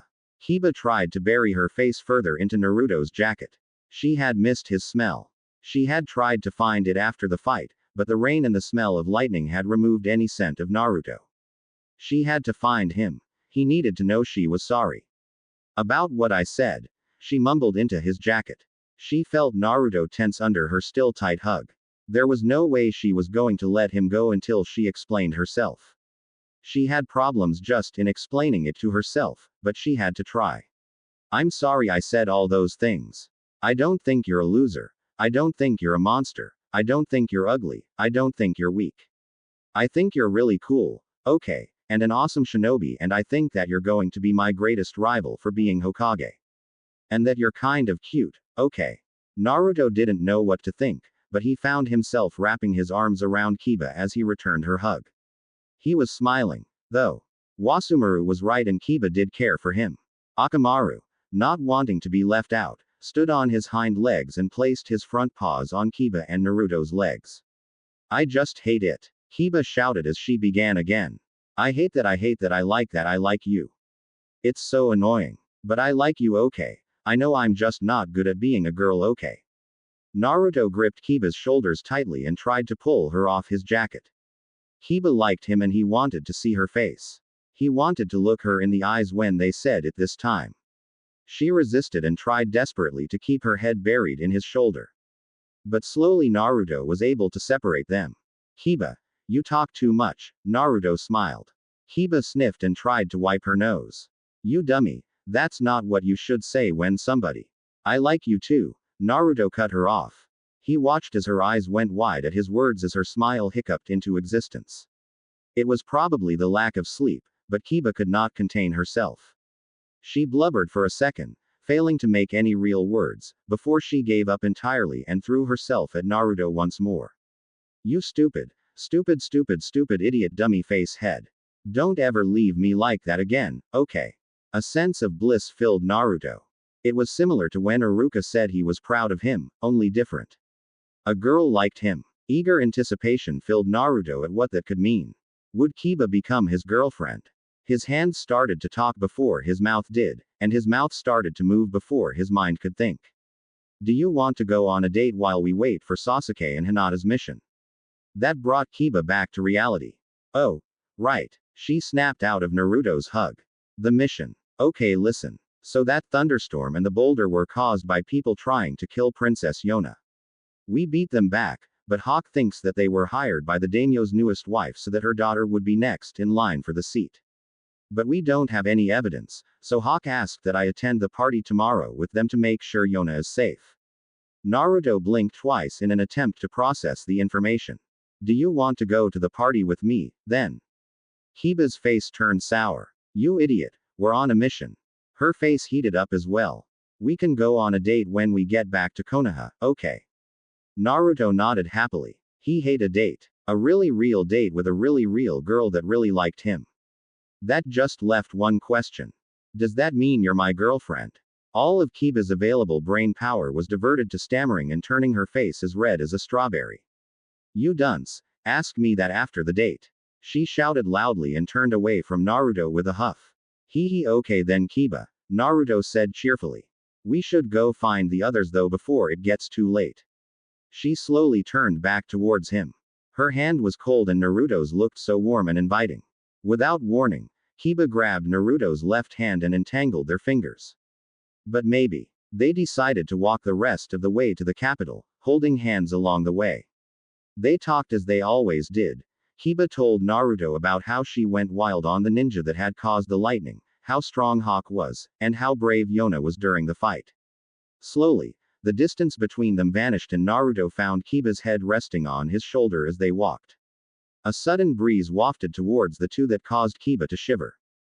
Goosebumps already appeared on her arms. Her teeth were close to clattering. She bit onto her tongue.